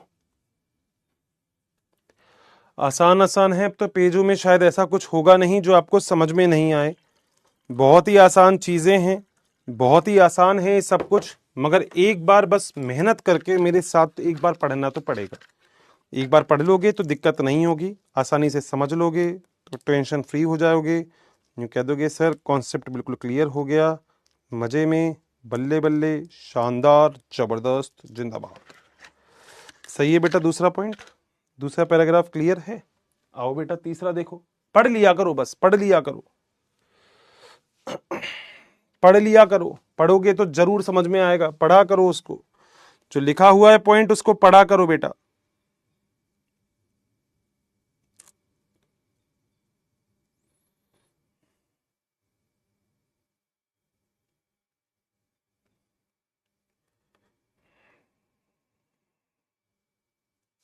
चले, स्प्लाइसिंग को बेटा हिंदी में भी याद रखना संसाधन स्तर बोला जाता है, कभी किसी को दिक्कत हो तो। संसाधन स्तर स्प्लाइसिंग का दूसरा नाम है, ठीक है। ये देखो,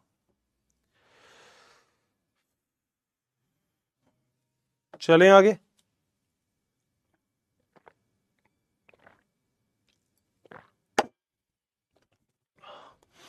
यहां तक पॉइंट क्लियर है? आ जाओ।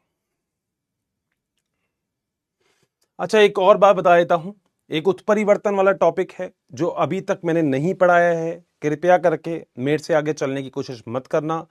या तो इस चैप्टर में पढ़ाऊंगा या अगले चैप्टर में पढ़ाऊंगा, कोशिश करूंगा इसी चैप्टर में पढ़ा दूं, ठीक है। नहीं तो कुछ बच्चों की चूल मची रहती है, तो पढ़ा दूंगा। मैंने बीच में इसलिए छोड़ दिया वो, क्योंकि ये सारे टॉपिक मिले जुले थे, वो बीच में अलग से डाल रखा था इन्होंने, तो मैंने इस टॉपिक को थोड़ा सा अलग कर दिया। उत्परिवर्तन, म्यूटेशन तुमने सुना होगा ना, वो मैंने इस टॉपिक से थोड़ा सा अलग कर दिया। मैंने कहा पहले जो चल रहा है लाइन वो बढ़िया है। चले, अब बेटा आपको याद है डीएनए के प्रतिकृतियन के लिए वैज्ञानिकों ने अलग अलग चीज बताई, सब लोग अलग अलग चीज बता रहे थे। तो यहां पर भी जीन अभिव्यक्ति को समझाने के लिए कुछ वैज्ञानिक आए थे, जिन्होंने जीन अभिव्यक्ति का नियमन समझाया था। जैकब और मोनार्ड लैक ओपेरॉन सिद्धांत दिया था? देखो जरा, एक छोटी सी बात लिख रहा हूं,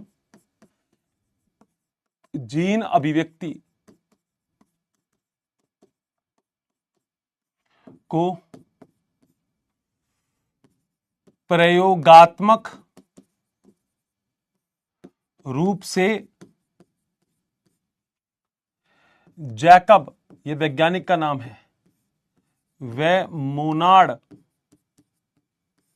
ने लैक ओपेरॉन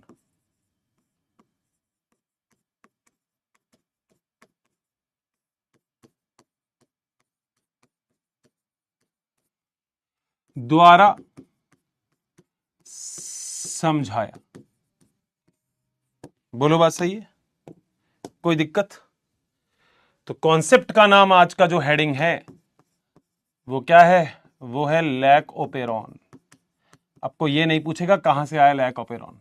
जीन अभिव्यक्ति को प्रयोग के रूप से समझाने का क्रेडिट जिस वैज्ञानिक के पास है उनका नाम है जैकब और मोनार्ड। नोबेल पुरस्कार मिले थे बेटा इनको। क्या मिले थे?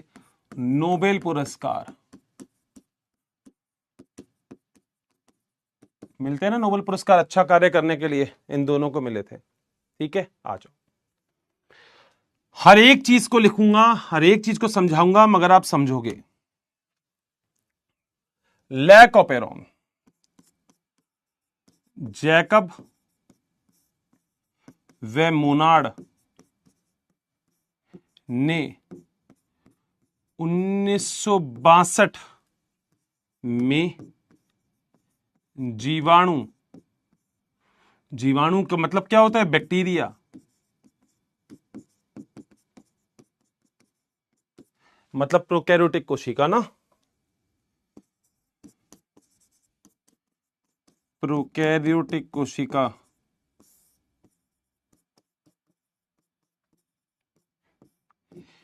क्या ई कोलाई, इसे बोलते हैं एस्ट्रेशिया कोलाई पर कार्य किया।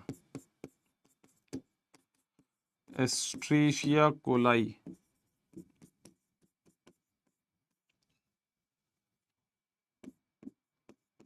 जैकब और मोनार्ड ने जीवाणु एस्ट्रेशिया कोलाई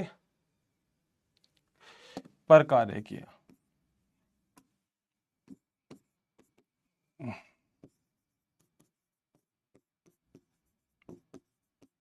सर क्वेश्चन कहां से आ सकता है? यहां से कि जैकब और मोनार्ड ने कौन से सन में किसके ऊपर कार्य किया? तो 1962 में ई कोलाई। कोई पूछेगा ना ई कोलाई क्या होता है? प्रोकैरियोटिक कोशिका, बैक्टीरिया, जीवाणु का नाम सुना है? वो ही होता है ई कोलाई। बोलो क्या पॉइंट क्लियर है क्या? सर मजा आ गया। बट हर्षित सर एक बात आप हमें और समझाओ। मैंने कहा क्या?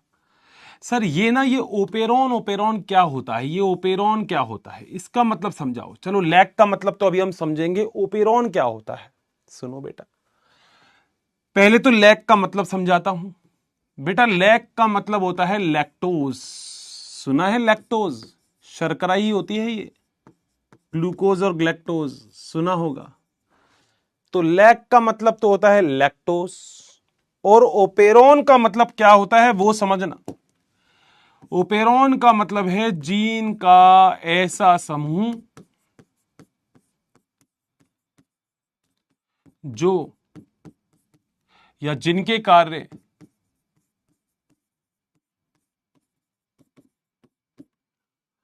आपस में जुड़े होते हैं।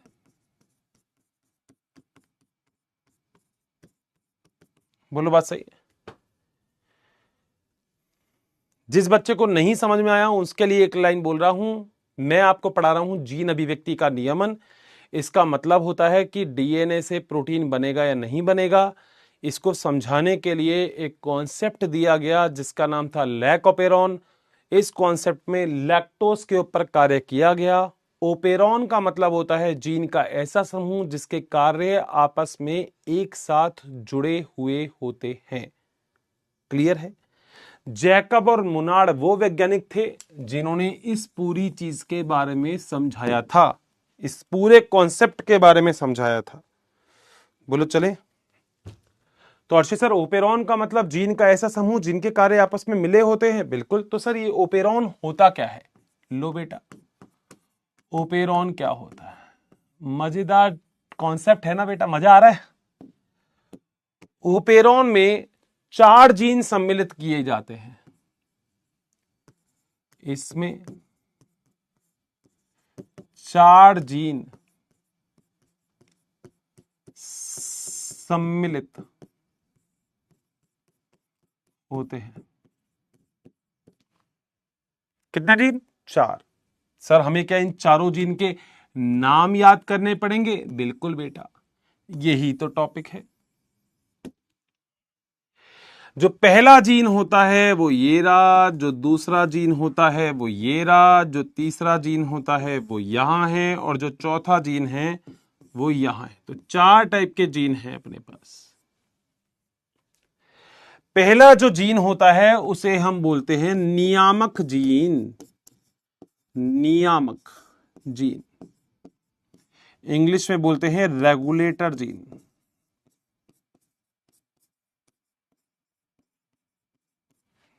ठीक है सर, मजा आ गया। दूसरा जो जीन होता है वो होता है प्रमोटर जीन, यानी कि उन्नायक जीन। इंग्लिश ही याद करना बेटा, ऊपर वाला इंग्लिश का शब्द है, इंग्लिश आसानी से याद हो जाएगी मेरे हिसाब से। तो तीसरा होता है जो होता है ऑपरेटर जीन। अच्छा, हिंदी इंग्लिश ऊपर नीचे हो गई, ठीक है। तीसरा होता है प्रचालक जीन, जिसे हम बोलते हैं ऑपरेटर जीन।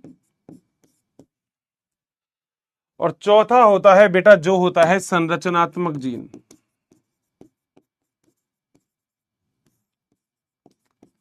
जिसे हम बोलते हैं स्ट्रक्चरल जीन। बोलो बात सही।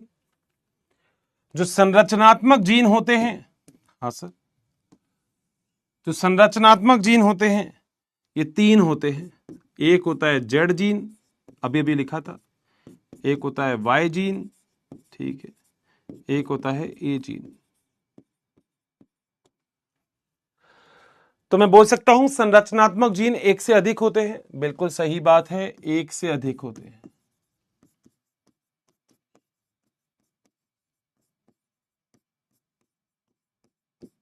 बोलो, क्या पॉइंट क्लियर है?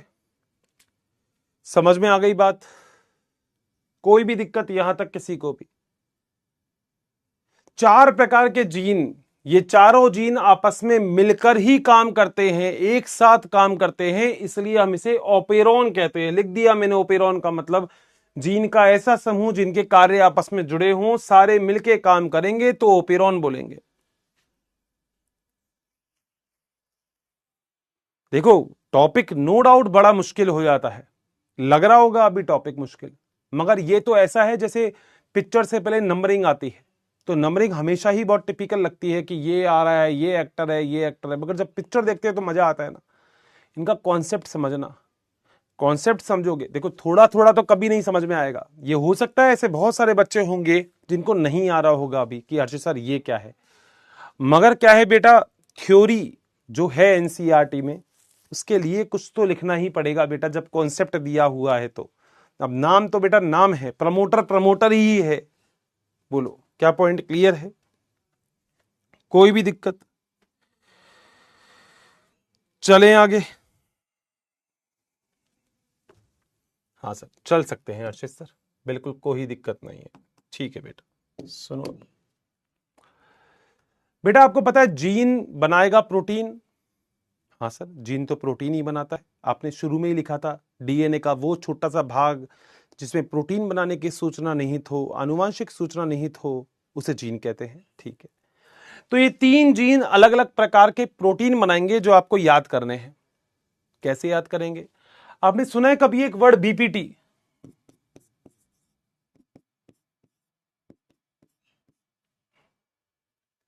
ये वर्ड सुना है बीपीटी? नहीं सुना? इस वर्ड का नाम होता है बैचलर इन फिजियोथेरेपी।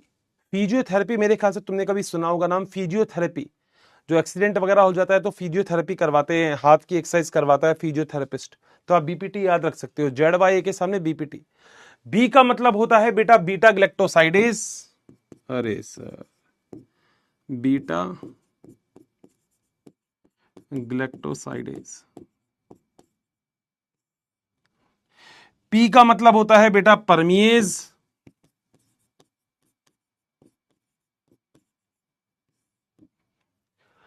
और बेटा टी का मतलब होता है ट्रांस एसिटाइलेज।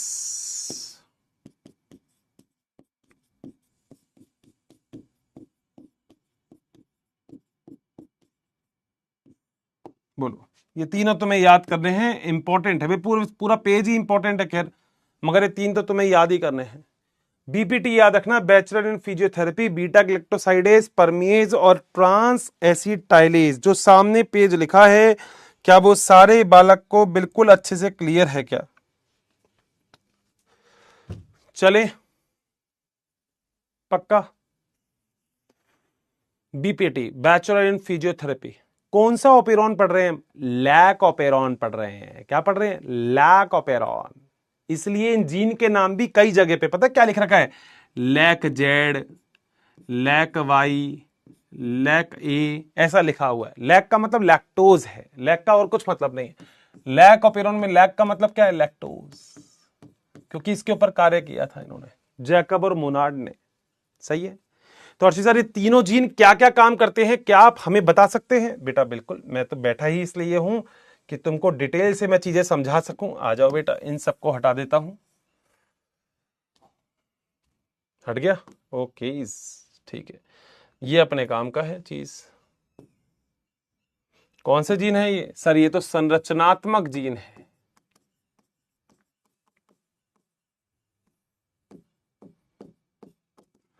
आपको इनमें से बस ऊपर के दो के काम याद करने हैं, तीसरे का काम याद करो मत करो कोई फर्क नहीं पड़ता। बीटा ग्लैक्टोसाइडेज क्या काम करेगा? यह ग्लूकोज को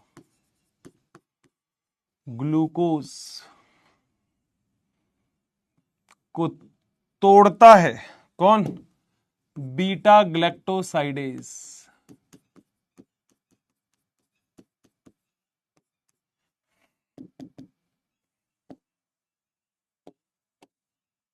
सॉरी, ग्लूकोज नहीं, लैक्टोज को।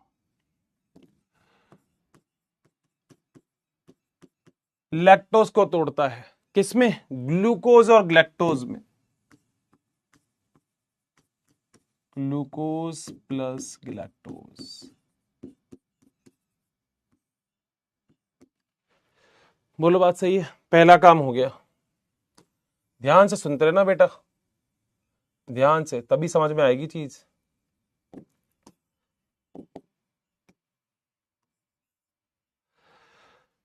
तो क्या मैं बोल सकता हूं बीटा ग्लैक्टोसाइडेज लैक्टोज को ग्लूकोज और ग्लैक्टोज में तोड़ता है? हाँ सर, लिख दो। बीटा ग्लैक्टोसाइडेज एंजाइम, जिसके आगे एएससी लग जाता है वो एंजाइम हो जाता है। लैक्टोज को ग्लूकोज एवं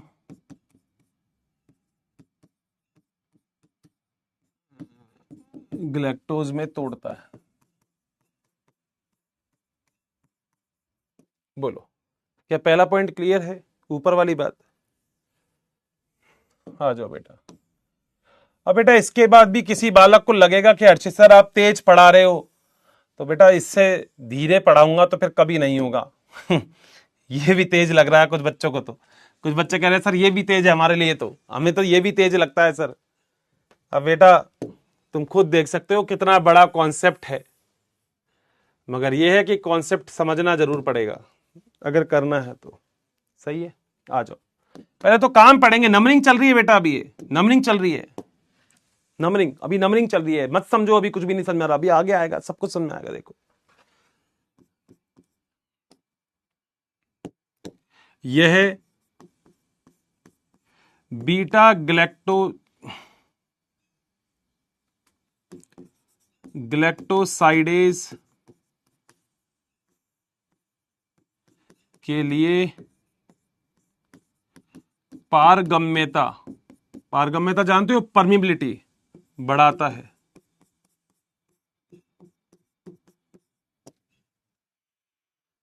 एक लाइन और, यह थोड़ी मात्रा में हमेशा अभिव्यक्त होता है।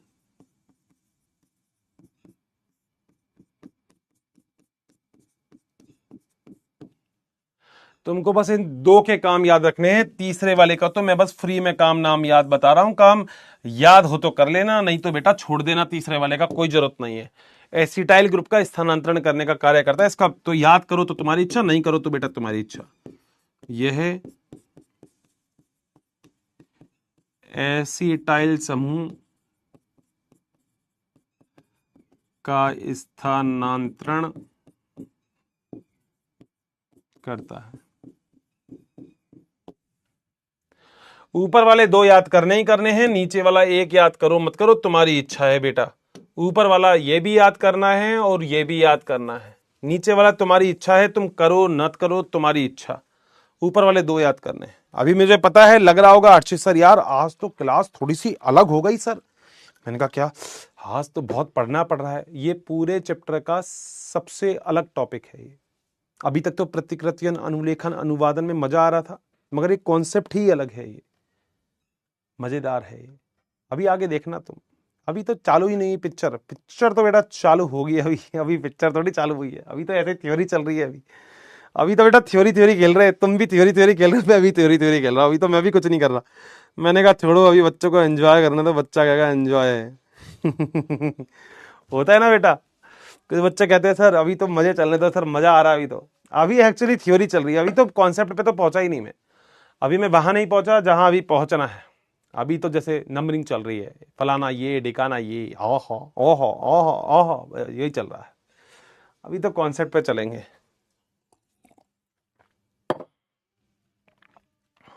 चले हाँ।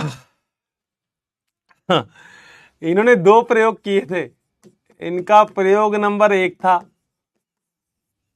और इनका प्रयोग नंबर बी था। हो सकता है एनसीईआरटी आज वाले लेक्चर में नहीं हो, मगर कोई बात नहीं, कॉन्सेप्ट तो समझते हैं, आज मजा आएगा। देखो दो एक्सपेरिमेंट किए। पहले एक्सपेरिमेंट में पेट्री प्लेट जानते हो, मान लो कोई ऐसी जगह जहां पे लेबोरेटरी में होती है पेट्री प्लेट, मतलब ऐसा होता है, लेबोरेटरी में होती है पेट्री प्लेट, लेबोरेटरी में होती है मतलब ऐसा ऐसा, ठीक है। और इसके ऊपर ऐसे ये होते पेट्री डिश, पेट्री डिश, ये प्लेट्स ही होती है एक, तुमने देखी नहीं होगी, जिसके अंदर या तो लैक्टोज होगा, ये जो है ये है लैक्टोज, ठीक है।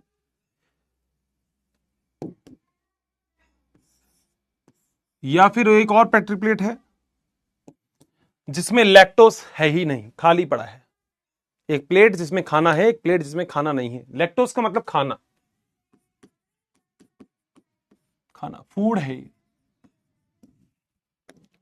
तो दो प्रयोग किए थे इन्होंने, प्रयोग संख्या 1 और प्रयोग संख्या 2, ठीक है। ऐसा मान लो, ये ऊपर कर देता हूं, थोड़ा समझाने में आसान हो जाएगा, और ये नीचे कर देता हूं, ठीक है। प्रयोग संख्या 1, जब माध्यम में खाना था ही नहीं, माध्यम में फूड, फूड का मतलब लैक्टोज अनुपस्थित, खाना ही नहीं है बेटा, एक प्लेट में खाना ही नहीं है, खाली प्लेट है। जबकि दूसरी प्लेट में खाना है, माध्यम में फूड यानी कि लैक्टोज उपस्थित। बोलो समझ में आ गए क्या? कोई दिक्कत है किसी को? लैक ऑपेरॉन कॉन्सेप्ट में इन्होंने एक्सपेरिमेंट किया। इन्होंने कहा कि एक जगह माध्यम में खाना है ही नहीं, खाना ही नहीं दिया बेटा, भूखा दिया ही नहीं। अब तुम खुद जरा सोच के बताना बेटा, सोच के बताना। देखो मेरी एक बात, अगर किसी जगह खाना ही नहीं है, ठीक है, और तुमने कोई इसके ऊपर सूक्ष्मजीव रख दिया, तो क्या सूक्ष्मजीव खाने को पचाने वाले एंजाइम बनाएगा? सर कैसी बात कर रहे हो, खाना ही नहीं है, क्या बनाएगा ये? बेटा अगर सोच के देखना, देखो सोच के देखना। मैं इसलिए पढ़ा रहा हूं क्योंकि तुम लोग मुझसे पढ़ रहे हो, समझना। तुम मान लो माध्यम हो, तो बेटा मैं हूं, अगर तुम नहीं तो मैं भी नहीं। मेरी बात समझ में आ रही है क्या? यानी कि अगर खाना होगा तो जो अगर इसके ऊपर सूक्ष्मजीव होंगे तो बेटा वो खाने को पचाने वाले एंजाइम बनाएंगे। मगर अगर खाना ही नहीं होगा तो सूक्ष्मजीव जो ऊपर डालूंगा, सूक्ष्मजीव का मतलब जीवाणु, बैक्टीरिया, क्या बताओ वो खाना बनाएंगे, मतलब एंजाइम बनाएंगे या नहीं बनाएंगे? सीधी सी बात बताओ मुझे। कॉन्सेप्ट क्लियर होगा जो मैं बोल रहा हूं? इसका मतलब आप कहोगे हर्षित सर अगर फूड ही नहीं है, खाना ही नहीं है, तो सर जीवाणु खाने को पचाने वाले एंजाइम बनाएंगे ही नहीं। हां सर ये बात सही है। जीवाणु, मान लो ये रहा जीवाणु, ये रहा बेटा जीवाणु। जीवाणु का मतलब बैक्टीरिया, इकोलाई, और ये रहा जीवाणु। तो जीवाणु खाना पचाने वाले एंजाइम का निर्माण नहीं करेंगे। बोलो बात सही है। मगर अगर यहां पर खाना होगा तो बेटा सीधी सी बात है, जीवाणु खाना पचाने वाले एंजाइम बनाएंगे ही बनाएंगे। निर्माण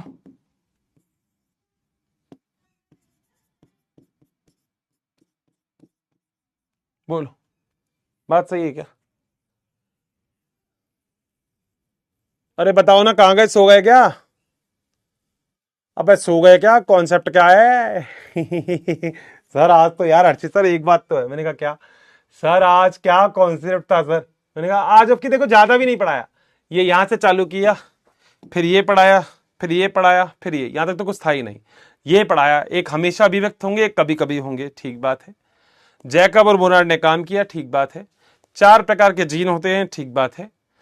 ये जीन 3 संरचनात्मक जीन के कार्य पढ़ाए, बहुत बढ़िया बात है। इसके बाद ये बस एक चीज पढ़ाइए, बताओ क्या क्लियर है क्या? चैट बॉक्स ओपन है तुम्हारा।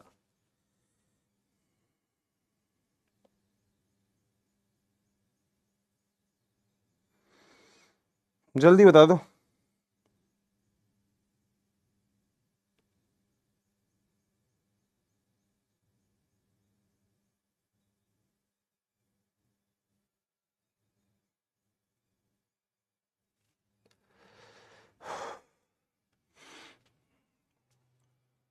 बेटा इस टॉपिक के डाउट अभी संभाल के रखना, क्योंकि टॉपिक हुआ ही नहीं अभी। तो कृपया करके हाथ जोड़ के विनती है, टॉपिक के डाउट मत बोलना अभी, क्योंकि टॉपिक ही नहीं हुआ बेटा। टॉपिक होगा तो डाउट बताओगे, टॉपिक ही नहीं हुआ अभी तो डाउट क्या पूछते हो तुम? जब टॉपिक होगा तभी तो डाउट पूछोगे ना। कुछ को अभी से ही डाउट आते हैं, पता नहीं क्यों। टॉपिक तो होने दो, टॉपिक होगा तो डाउट होगा, टॉपिक नहीं होगा तो भी डाउट भी नहीं है। टॉपिक तो होने दो पहले। अब बीच में बेटा क्या डाउट आएगा बताओ? बीच में तुम्हें जाना दिल्ली है, तुम दिल्ली पहुंचे ही नहीं बेटा अभी, तब बीच में टंगे हुए हो तुम। तो टॉपिक तो बेटा पूरे होने दो, तब तो तुम डाउट डाउट चिल्लाया करो। पहले ही डाउट डाउट चिल्लाते हो, और डाउट की स्पेलिंग सब सही लिखा करो। DOPT लिखते हो, DOBT लिखते हो, DOBT, ये क्या लिखते हो? डाउट की स्पेलिंग सही लिखा करो बेटा, ठीक है? सही है। हाँ पहले डाउट किसी को भी पूछना हो ना अगर, तो पहले डाउट की स्पेलिंग चेक कर लो एक बार। इतना तो तुम सारे टीचरों को लिखते होंगे डाउट डाउट, कोई डॉट लिखता है, कोई DUT लिखता है, कोई क्या लिखता है, कोई क्या लिखता है। तो टीचर को डाउट की स्पेलिंग तो सही लिखो कम से कम, है ना? हाँ बस इतनी सी बात है। चले मुन्ना आगे। सर आज तो गजब ही हो गया सर, क्या कॉन्सेप्ट हुआ है। चलो बेटा देखते हैं, आ जाओ।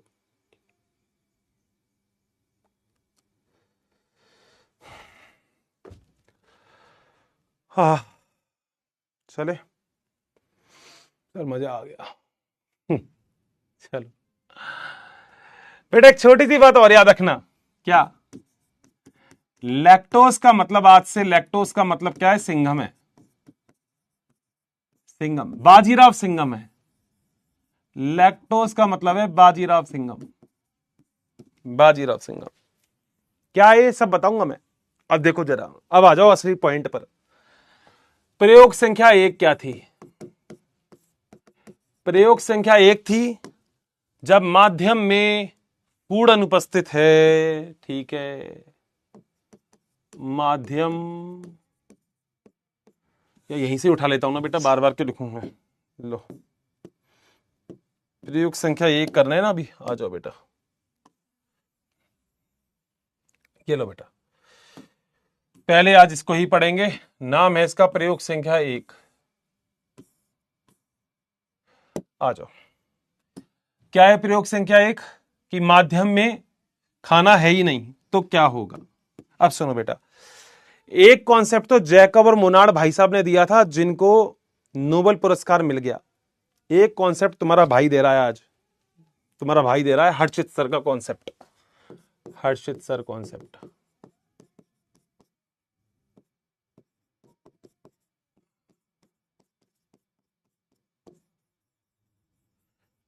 समझो बेटा। ट्रेन में बैठे हो कभी? अरे सर बहुत बार बैठे ट्रेन में। ठीक है बेटा, मान लो ये बेटा ये ट्रेन है, ये ट्रेन का इंजन, और ये ट्रेन के पीछे तीन डब्बे, एक, दो और तीन। अब कॉन्सेप्ट समझो ना, अब पिक्चर चालू हो गई है, पिक्चर चालू हो गई है, अब जरा कॉन्सेप्ट समझना बेटा। ट्रेन के डब्बे आपस में जोड़ दिए लो,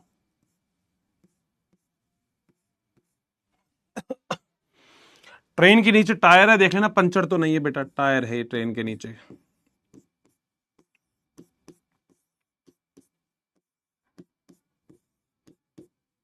कहते हो ना तुम जूलॉजी आसान है, बॉटनी आसान है, पता लग रहा होगा बॉटनी क्या चीज है। ये बेटा ये है यहां पे झरोके, झरोके जानते हो बेटा? झरोके का मतलब होता है विंडो। ये बेटा विंडो है, ये विंडो है बेटा, ट्रेन में जो होती है। सही है, एक विंडो बेटा यहां पे भी है, ये रही। और ट्रेन चलती है बेटा जमीन पे तो चलती नहीं है, ट्रेन चलेगी बेटा पटरी पर। हाँ तो पटरी भी बनाओ, बना रहा हूँ बेटा, बना रहा हूँ, सब बना रहा हूँ बेटा, तुम टेंशन टेंशन ना लो, पटरी बनाऊंगा। देखो ये रही बेटा पटरी, ट्रेन चल रही है बेटा पटरी पर।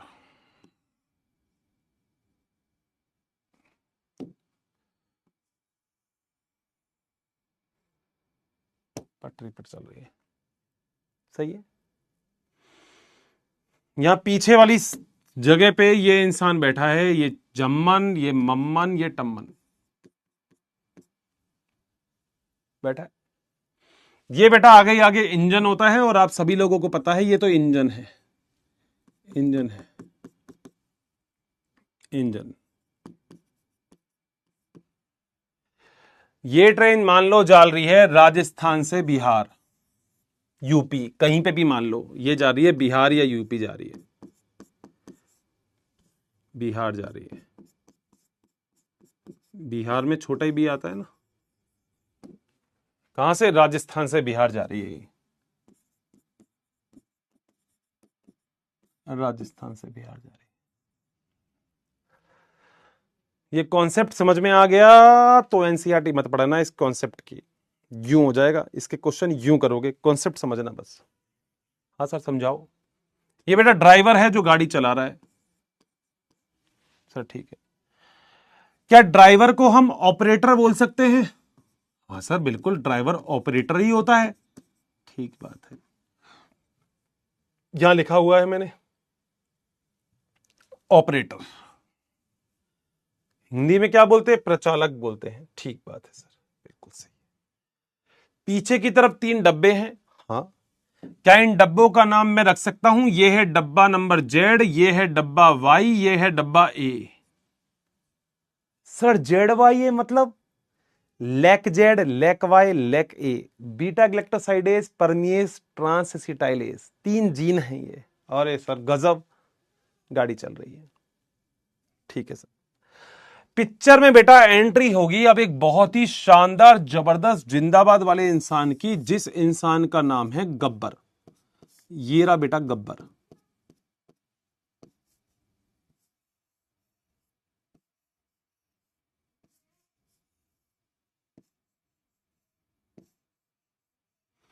कौन है बेटा ये है गब्बर। ध्यान से बात सुनते रहना मेरी। गब्बर के हाथ में है एक पट्टी, जो गब्बर आंख पे बांध सकता है किसी के। ये पट्टी है जो गब्बर के गब्बर आंख पे बांध सकता है। गब्बर है, डाकू गब्बर, डाकू गब्बर। ये गब्बर के बाल भी हैं अभी तो।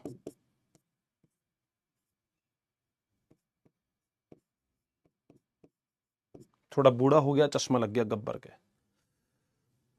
मैं जो बोलूं बस मेरी बात को सुनना और मेरी बात को समझ लेना। अगर गब्बर को ट्रेन रोकनी है तो क्या वो ट्रेन के आगे खड़ा होगा? नहीं सर, गलत कह रहे हो। क्यों खड़ा होगा ट्रेन के आगे? ठीक है, अगर गब्बर को ट्रेन रोकनी है तो गब्बर क्या जेड वाई ए से जाके जुड़ेगा? नहीं सर, गलत बात है, इनसे भी कोई मतलब नहीं है। गब्बर इसकी आंख पे पट्टी बांधेगा, क्या फर्क पड़ेगा? नहीं। गब्बर इसकी आंख पे पट्टी बांधेगा, क्या फर्क पड़ेगा? कुछ भी नहीं। गब्बर इसकी आंख पे पट्टी बांधेगा, क्या फर्क पड़ेगा? कुछ भी नहीं। तुमको क्या लगता है कि गब्बर किसकी आंख पे पट्टी बांधे? सर गब्बर को ऑपरेटर की आंख पे पट्टी बांध देगा तो मजा आ जाएगा। ठीक है भैया, ये कॉन्सेप्ट क्लियर है कि गब्बर ऑपरेटर यानी कि प्रचालक की आंख पर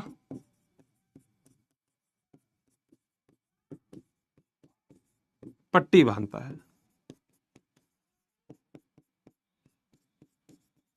बोलो बात सही है। अगर ड्राइवर की आंख पे पट्टी बंध गई तो क्या ड्राइवर गाड़ी को आगे चला के लेके जा पाएगा? बिल्कुल भी नहीं। क्या जेड वाई ए बिहार पहुंच पाएंगे? बिल्कुल भी नहीं। जेड वाई ए बिहार नहीं पहुंच पाएंगे, इसका मतलब जेड वाई से प्रोटीन नहीं बनेगा।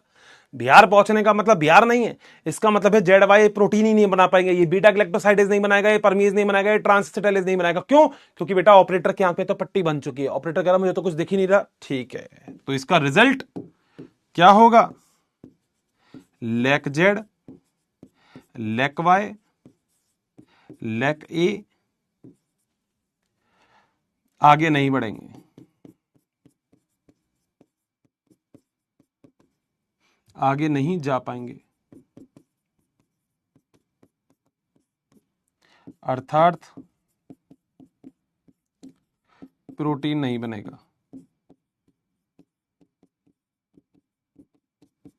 इससे आसान कॉन्सेप्ट कहीं नहीं होगा। गब्बर ने बेटा पट्टी बांधी ऑपरेटर की आंख पे, ऑपरेटर अब गाड़ी को लेके नहीं जा पाएगा। ऑपरेटर कहेगा मैं तो बैठ गया भाई साहब, मैं नहीं लेके जा सकता गाड़ी, गाड़ी आगे जाएगी नहीं, अब चाहे कुछ भी कर लो नहीं जाएगी बेटा गाड़ी आगे। बोलो बात सही है। और ऐसा क्यों हुआ? क्योंकि बेटा लैक्टोज नहीं था। बाजीराव सिंघम तो है ही नहीं, क्योंकि सिंघम होता अगर पिक्चर में तो बेटा गब्बर को पकड़ लेता, गब्बर को फिर आंख पे पट्टी बांधने से रोक देता। वाह सर, मजा आ गया। इसका सीधा सा मतलब, अब जो ये तो मैंने कॉन्सेप्ट बनाया एक छोटा सा आपको समझाने के लिए, और जो इन भाई साहब ने बनाया था कॉन्सेप्ट, किसने? जैकब और मोनार्ड ने, वो भी समझ लो बेटा। आज तो बेटा मजा आ गया होगा। आज कह रहे होंगे अर्चे सर आज पढ़ाए, लग रहा है आज बायोलॉजी आज है कुछ। ठीक है, सारे जीन लिख रहा हूं। एक जीन होता है आई जीन, या जिसे हम आर जीन भी बोलते हैं, रिप्रेसर जीन या इनिबिटर जीन। ठीक है, एक जीन होता है जिसे हम बोलते हैं प्रमोटर जीन, एक जीन होता है जिसे हम बोलते हैं ऑपरेटर जीन, और पीछे की तरफ 3 जीन होते हैं जिसे हम बोलते हैं जेड जीन, वाई जीन और ए जीन। बोलो बात सही है। जेड वाई क्या क्या काम बनाते हैं पता है? ये बीटा ग्लैक्टोसाइडेज बनाएगा, ये परमिएज बनाएगा, ये ट्रांसएसिटाइलेज बनाएगा, बीपीटी। सही है। क्या बोला अब इन्होंने वो समझ लेना। ये जो इनिबिटर है ये होते हैं नियामक जीन, नियामक का मतलब गब्बर, गब्बर है ये, ठीक है। तो जब ये वाले जीन आगे जाके एमआरएनए बनाएंगे, तो एमआरएनए बनाने के बाद आगे जाके ये एक इस तरीके की संरचना और बनाएंगे जिसे हम बोलेंगे नियामक प्रोटीन। जीन तो बेटा प्रोटीन बनाएगा, तो ये नियामक प्रोटीन होगा। बोलो बात सही है?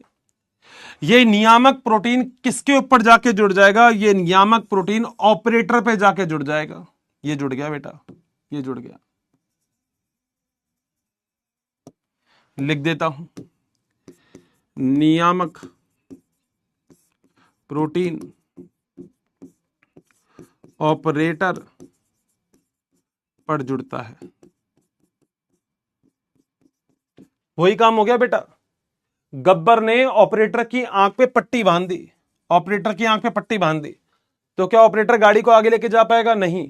क्या जेड वाई बिहार पहुंच पाएंगे? नहीं। क्या इनसे प्रोटीन बन पाएगा? नहीं। इसका सीधा सा मतलब है कि इन तीनों से भी ना तो बेटा कोई एमआरएनए बनेगा, क्योंकि बेटा पकड़ा गया ना ऑपरेटर, ना ही कोई प्रोटीन बनेगा।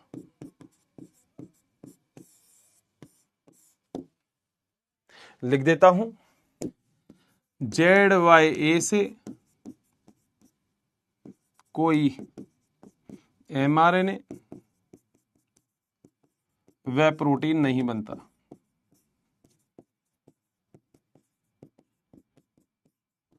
बोलो बात सही?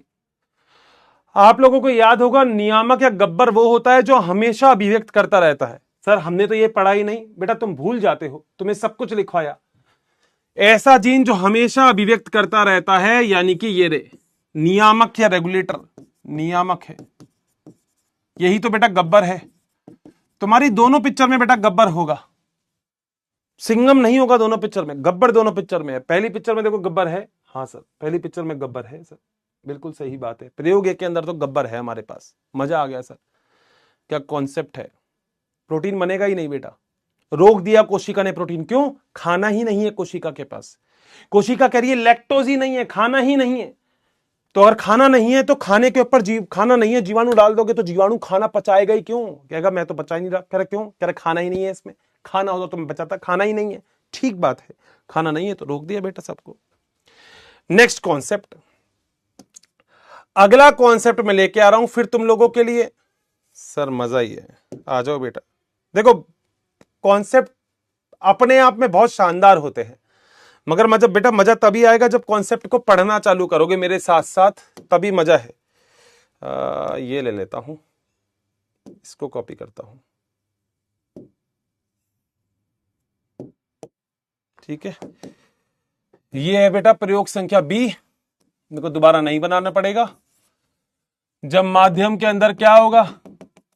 लैक्टोज होगा।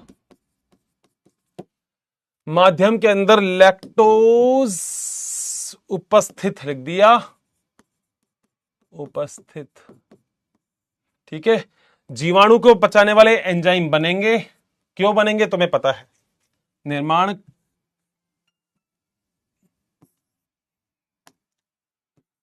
करेंगे, क्योंकि खाना है। अब आओ जरा, पिक्चर में बेटा सब कुछ वही था, मगर अब यहां पे एक छोटी सी चीजें और है। पहले तो पुरानी पिक्चर की कहानी खत्म कर देता हूं, क्योंकि पुरानी पिक्चर से अपन को मतलब नहीं है, नई पिक्चर चालू करेंगे, ठीक है। अब बेटा सिंघम भी है तुम्हारे पास, बाजीराव सिंघम। टेन टेन मैं हूं बाजीराव सिंघम।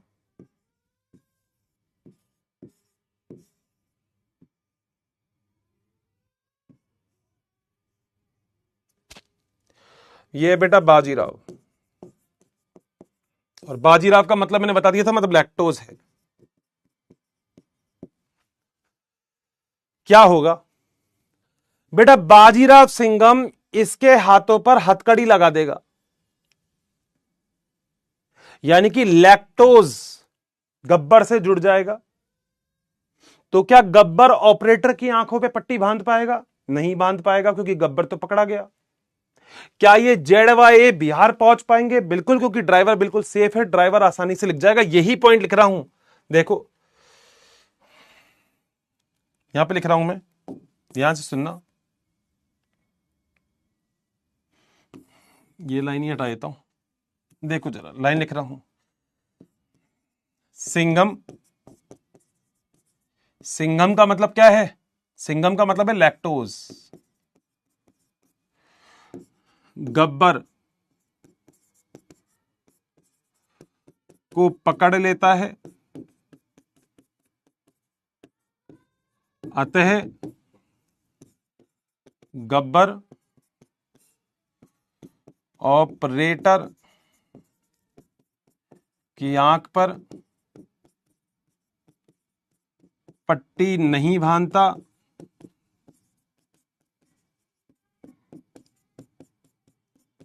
गाड़ी चलती है,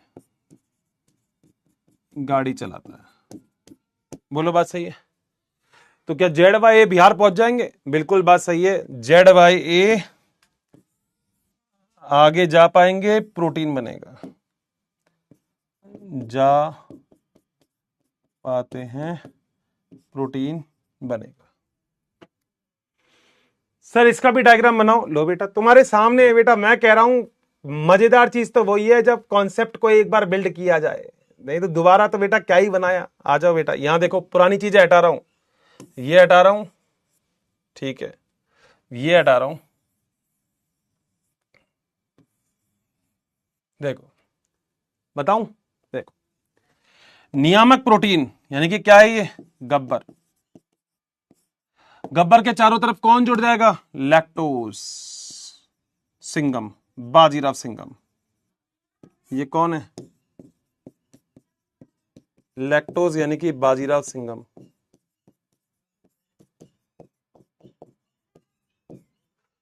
क्या बाजीराव सिंघम अगर इसको पकड़ लेगा तो क्या नियामक प्रोटीन ऑपरेटर से जुड़ पाएगा? नहीं, लिख देता हूं, नियामक प्रोटीन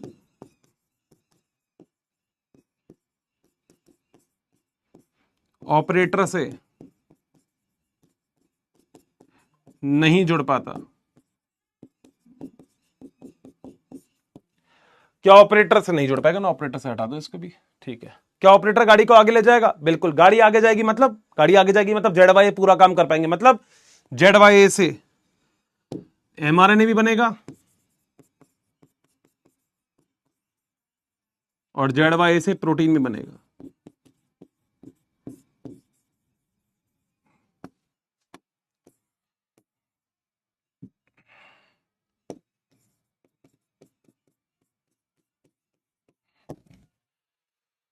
कॉन्सेप्ट पूरा हो गया।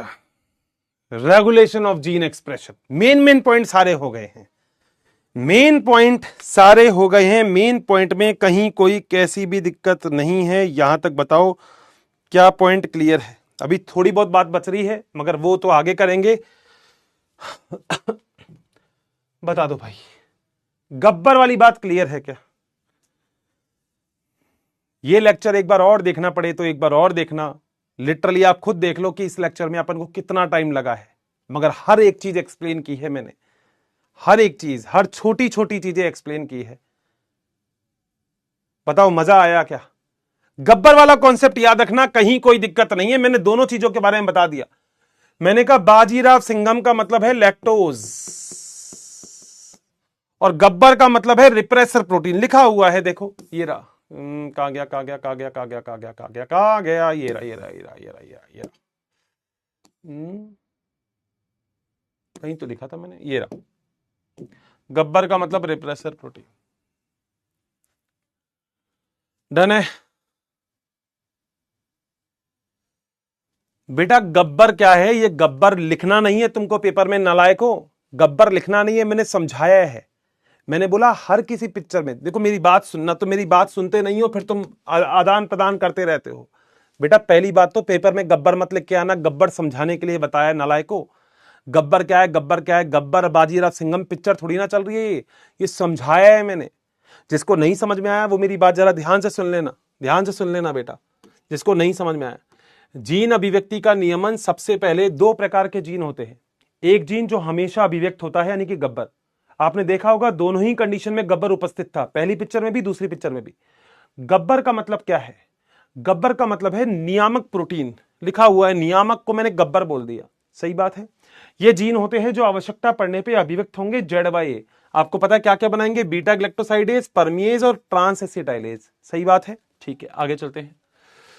जीन अभिव्यक्ति में प्रयोग जब किया गया तो लैक ऑफ एरोनिक कॉन्सेप्ट दिया गया जैकब और मोनार्ड के द्वारा। लैक का मतलब है लैक्टोज और लैक्टोज का मतलब है सिंघम, यानी कि एक पिक्चर में बेटा सिंघम था और एक पिक्चर में सिंघम नहीं था। अब तुमको नीट के एग्जाम में सिंघम नहीं दिखेगा, ये तो मैंने समझाया है तुम्हें, ठीक है। अब क्या करना है, जैकब और मोनार्ड ने इकोलाई नाम के जीवाणु के ऊपर कार्य किया, ठीक बात है। 4 प्रकार के जीन होते हैं। एक होता है नियामक जीन, जो रेगुलेटर जीन होता है, रोकने का काम करता है, गब्बर है ये, हमेशा एक्सप्रेस होता है, लिख दिया इसके बारे में। एक होता है प्रमोटर जीन, जो प्रमोट करता है, कह रहा भाई साहब चलो, इंजन है ये। एक होता है ऑपरेटर, जो गाड़ी चलाता है, ये प्रमोटर होता है, ये इंजन है, इंजन को मैंने प्रमोटर बोल दिया, ठीक है। गब्बर को मैंने रेगुलेटर बोल दिया। ऑपरेटर मतलब ड्राइवर है गाड़ी का। और ये जेडवाई जो डब्बे में बैठे हैं, डब्बे में बैठे हुए हैं 3 आदमी, पीछे की तरफ जेडवाई, इनको कोई मतलब नहीं है, ठीक बात है। आ जाओ जरा आगे चलते हैं। अब 2 जीन के बारे में नाम याद रखना है, जेड जीन क्या होता है और पी जीन क्या होता है, ठीक है। अब ये समझ आऊंगा, लैक्टोज टूटेगा तभी तो बेटा फूड बनेगा। और लैक्टोज कब टूटेगा, जब जीवाणु के अंदर लैक्टोज आएगा। तो जीवाणु के अंदर लैक्टोज कैसे आएगा, तो एक एंजाइम होता है परमिएज एंजाइम। ये एंजाइम क्या करेगा, जीवाणु की कोशिका भित्ति जो झिल्ली होती है ना, इसके अंदर थोड़ा सा गैप करेगा, तो ही तो खाना अंदर आ पाएगा। तो खाने को अंदर लाने के लिए तुम्हारी तरह मुंह थोड़ी है उसका, मगर बेटा सुनो, तुम्हें भी खाना खाना है तो मुंह तो तुम्हें भी खोलना पड़ेगा। ऐसे जीवाणु को खाना खाना है तो जीवाणु को भी क्या करना पड़ेगा, अपनी झिल्ली को थोड़ा सा परमिएबल करना पड़ेगा, झिल्ली में थोड़ा सा दरार लानी पड़ेगी, जिससे खाना अंदर आ जाए। खाना अंदर आ गया तो खाने का पाचन होगा।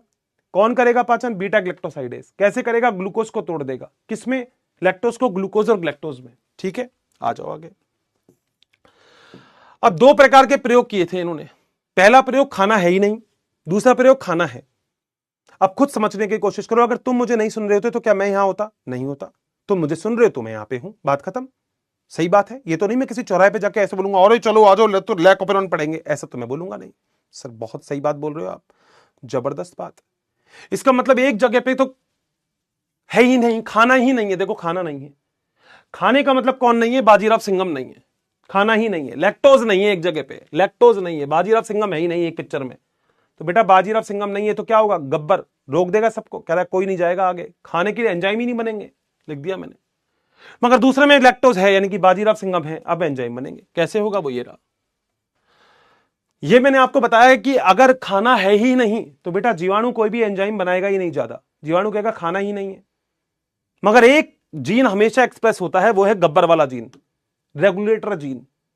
ये रेगुलेटर जीन है, नियामक है ये, रेगुलेटर जीन। तो रेगुलेटर जीन क्या काम करेगा, ऑपरेटर के आंख पे पट्टी बांध देगा। ऑपरेटर के आंख पे पट्टी बंध गई तो जेड-वाई-ए कुछ भी नहीं पहुंच पाएंगे, यानी कि प्रोटीन बनेगा नहीं। यही चीज ये रिप्रेसर जीन या इनहिबिटर जीन होता है। ये आ गया नियामक प्रोटीन, जिसे हमने गब्बर बोल दिया। गब्बर ने ऑपरेटर की आंख पे पट्टी बांध दी, लिख दिया मैंने। ऑपरेटर क्या आगे गाड़ी लेके जा पाएगा, नहीं लेके जा पाएगा। यानी कि क्या जेड-वाई से प्रोटीन बनेगा, नहीं, ना एमआरएनए बनेगा ना प्रोटीन बनेगा, कुछ होगा ही नहीं। क्यों नहीं होगा, क्योंकि खाना ही नहीं है बेटा। खाना ही नहीं है तो बचाओ ना, पचाने के लिए एंजाइम की जरूरत ही नहीं है। कोशिका ने रोक दिया, कोशिका ने कहा भाई एंजाइम मत बनाओ। क्या क्यों, क्या खाना ही नहीं है। खाना होता तो पचाने के लिए एंजाइम बनाते, खाना ही नहीं है, ठीक है भाई सब खत्म करते। मगर अगली स्थिति में खाना है, माध्यम में फूड है, खाना है। तो खाना है तो क्या होगा, एंजाइम ही बनने चाहिए। मगर बेटा यहां पे तो डाकू है, तो डाकू को रोकना पड़ेगा, यानी कि रिप्रेसर प्रोटीन को रोकना पड़ेगा। रिप्रेसर प्रोटीन को कैसे रोकोगे, लैक्टोज। खाना है तो खाना क्या काम करेगा, खाना इसको पकड़ लेगा। बाजीराव सिंघम ने पकड़ लिया डाकू को। डाकू ऑपरेटर से जाके पट्टी नहीं बांध पाएगा, ऑपरेटर गाड़ी आराम से चलाएगा तो जेड-वाई आगे पहुंच जाएंगे। यही चीज तो यहां पे है। ये देखो, ये बना दिया नियामक प्रोटीन, मगर नियामक प्रोटीन ऑपरेटर से नहीं जुड़ पाएगा। क्यों नहीं जुड़ पाता, क्योंकि इसके चारों तरफ कौन आ जाता है, लैक्टोज बांध लेता है। लैक्टोज पकड़ लेता है नियामक प्रोटीन को। सिंघम ने पकड़ लिया गब्बर को, गब्बर ऑपरेटर के पास नहीं पहुंच पाएगा। ऑपरेटर के पास चलाओ गाड़ी, बहुत बढ़िया, जेड-वाई आगे चले जाएंगे। यानी कि कोशिका के पास खाना है तो कोशिका सब बनाएगी, एंजाइम बनाएगी, एमआरएनए बनाएगी, प्रोटीन ही बनाएगी, एंजाइम बनाएगी। ये बीटा ग्लैक्टोसाइडेज, ये परमीज, ये ट्रांस एसिटाइलेज बनाता है। बताओ बेटा क्या पॉइंट क्लियर है क्या।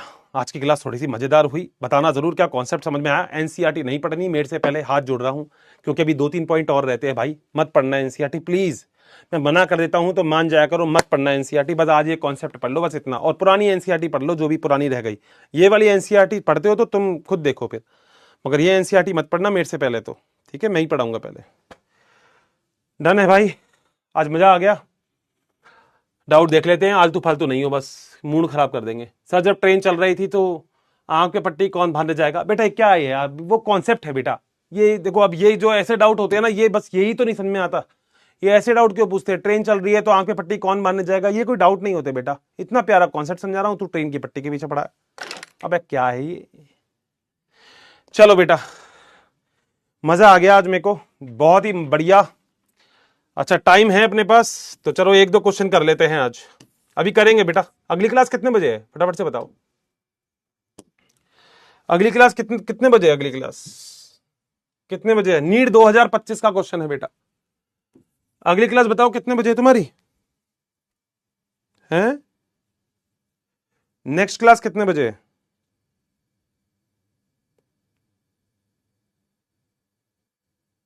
6:15 है ना? ठीक है, मैं छोड़ दूंगा बेटा। 5:52 हो रहे हैं, 6 बजे तो मैं फ्री कर दूंगा। 6 बजे तक रुक जाओ बस। एक गाना भी सुनाऊंगा अगर सुनना चाहोगे, मगर ये चीज देख लो। ये क्वेश्चन करो फटाफट से। किसने बताया था अनुमानशिक कूट त्रिक होते हैं? त्रिक। गलत मत करना बेटा।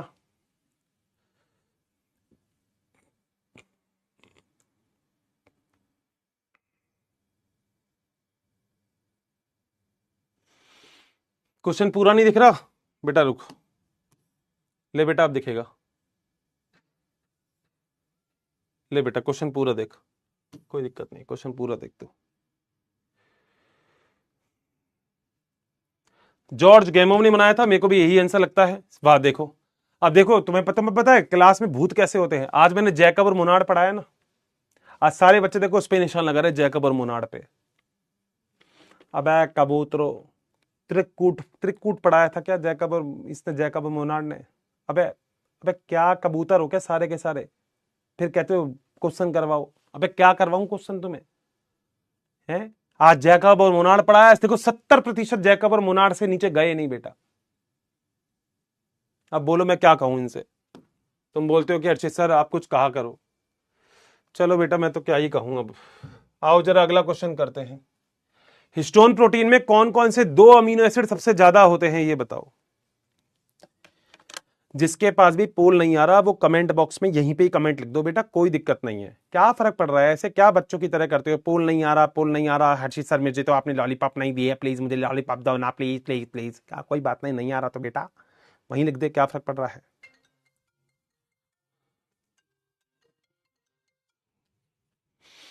बताओ जल्दी।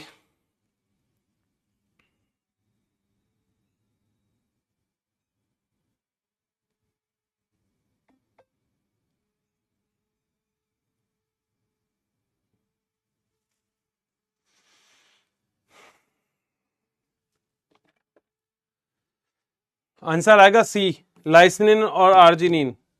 75% भारतीयों का सही है। अबे सही कर रहे हो, देखा करो ना क्वेश्चन। आज सबने जैकब और मोनार्ड पे टिक मार दिया, वो पढ़ाया तो। अबे नालायकों, अगर अगर तुमसे गलती से बोल दिया था ऋतिक रोशन और ऑप्शन में ऋतिक रोशन होता, तुम तो ऋतिक रोशन पे टिक मार देते। अबे पढ़ा तो करो क्या लिखा है क्वेश्चन में, पागल ही हो क्या सारे? चलो ये क्वेश्चन करो अगर होता है तो।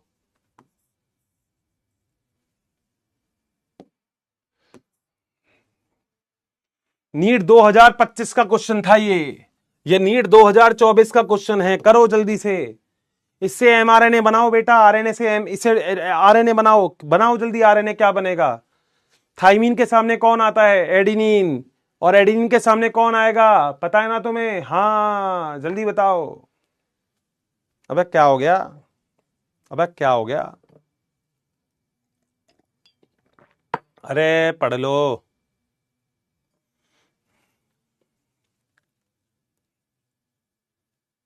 पढ़ने का मन ही नहीं है नालायकों। देखो बेटा, यहां पे अगर एमआरएनए बनाना है तो यहां पे आएगा एडिनिन, यूरासिल, ग्वानिन, है ना, यूरासिल। ये क्यों लिखते हो? फिर adenine, cytosine, cytosine, guanine, uracil, uracil, ठीक है, uracil, adenine, uracil, adenine, guanine, guanine, uracil, adenine, adenine, guanine, uracil और 3 ये आंसर जो भी है वही तुम्हारा आंसर है, ठीक है, कर लेना। मेरे ख्याल से तो ए आंसर होना चाहिए, AUG, UACC, GU, AUA, GG, हाँ यही आंसर होना चाहिए, फर्स्ट ही आना चाहिए मेरे हिसाब से, तो ए आंसर होना चाहिए। 15% का सही है बेटा, बहुत बढ़िया। अच्छा अब एक काम और करना है, 2 4 5 क्वेश्चन है, कर लेना भाई। देखो तुम्हारे लिए कितने सारे क्वेश्चन लेके आता रहता हूं मैं तो, मगर तुम गलत वलत करते रहते हो तो ऐसा नहीं चलेगा। चलो कर लेना, आज मिल जाऊंगा। चले बेटा, पक्का इजाजत है सभी लोगों की, तो इजाजत दीजिएगा। Thank you so much. हाँ ओ तेरी गलत हो गया वो ब्यूटी यादव बोल रहे, ओ तेरी गलत हो गया है, तो ओ तेरी गलत हो गया। चलो तो बाय बाय। एक छोटी सी लाइन सुना देता हूं बस। एक गाना है इन दिनों, मेट्रो पिक्चर है, बहुत पुरानी पिक्चर है, शायद तुमने देखी भी नहीं होगी, तो उसका एक सॉन्ग है बहुत प्यारा सा, और आवाज खराब हो तो प्लीज हंसना मत उसके लिए, ठीक है, बात बात सुन लेना, ठीक है ना। कि बेरंग सी है बड़ी जिंदगी, कुछ रंग तो भरो, मैं अपनी तन्हाई के वास्ते अब कुछ तो करूं। हाँ ऐसे है कुछ। बेरंग सी है बड़ी जिंदगी, कुछ रंग तो भरूं, मैं अपनी तन्हाई के वास्ते अब कुछ तो करूं। जब मिले थोड़ी फुर्सत, जब मिले थोड़ी फुर्सत, खुद से कर ले मोहब्बत, है तुझे भी इजाजत, कर ले तू भी मोहब्बत। इन दिनों दिल मेरा मुझसे है कह रहा, तू ख्वाब सजा, तू जी ले जरा, है तुझे भी इजाजत, कर ले तू भी मोहब्बत। Thank you so much, have a nice day. बहुत सारा प्यार आप लोगों को। मेरे ख्याल से यहां तक जितना भी पढ़ा है सब कुछ क्लियर हो गया होगा। टॉपिक को एक बार और पढ़ना, क्योंकि अगली क्लास में अपन इस टॉपिक को वापस रिवाइज कर लेंगे, ठीक है। Thank you so much, have a nice day, bye bye bye bye bye bye bye bye. Thank you so much. Comment कर दिया करो, जैसे यहां करते हो, रेटिंग वेटिंग कर दी तो कमेंट भी कर दिया करो। Bye bye.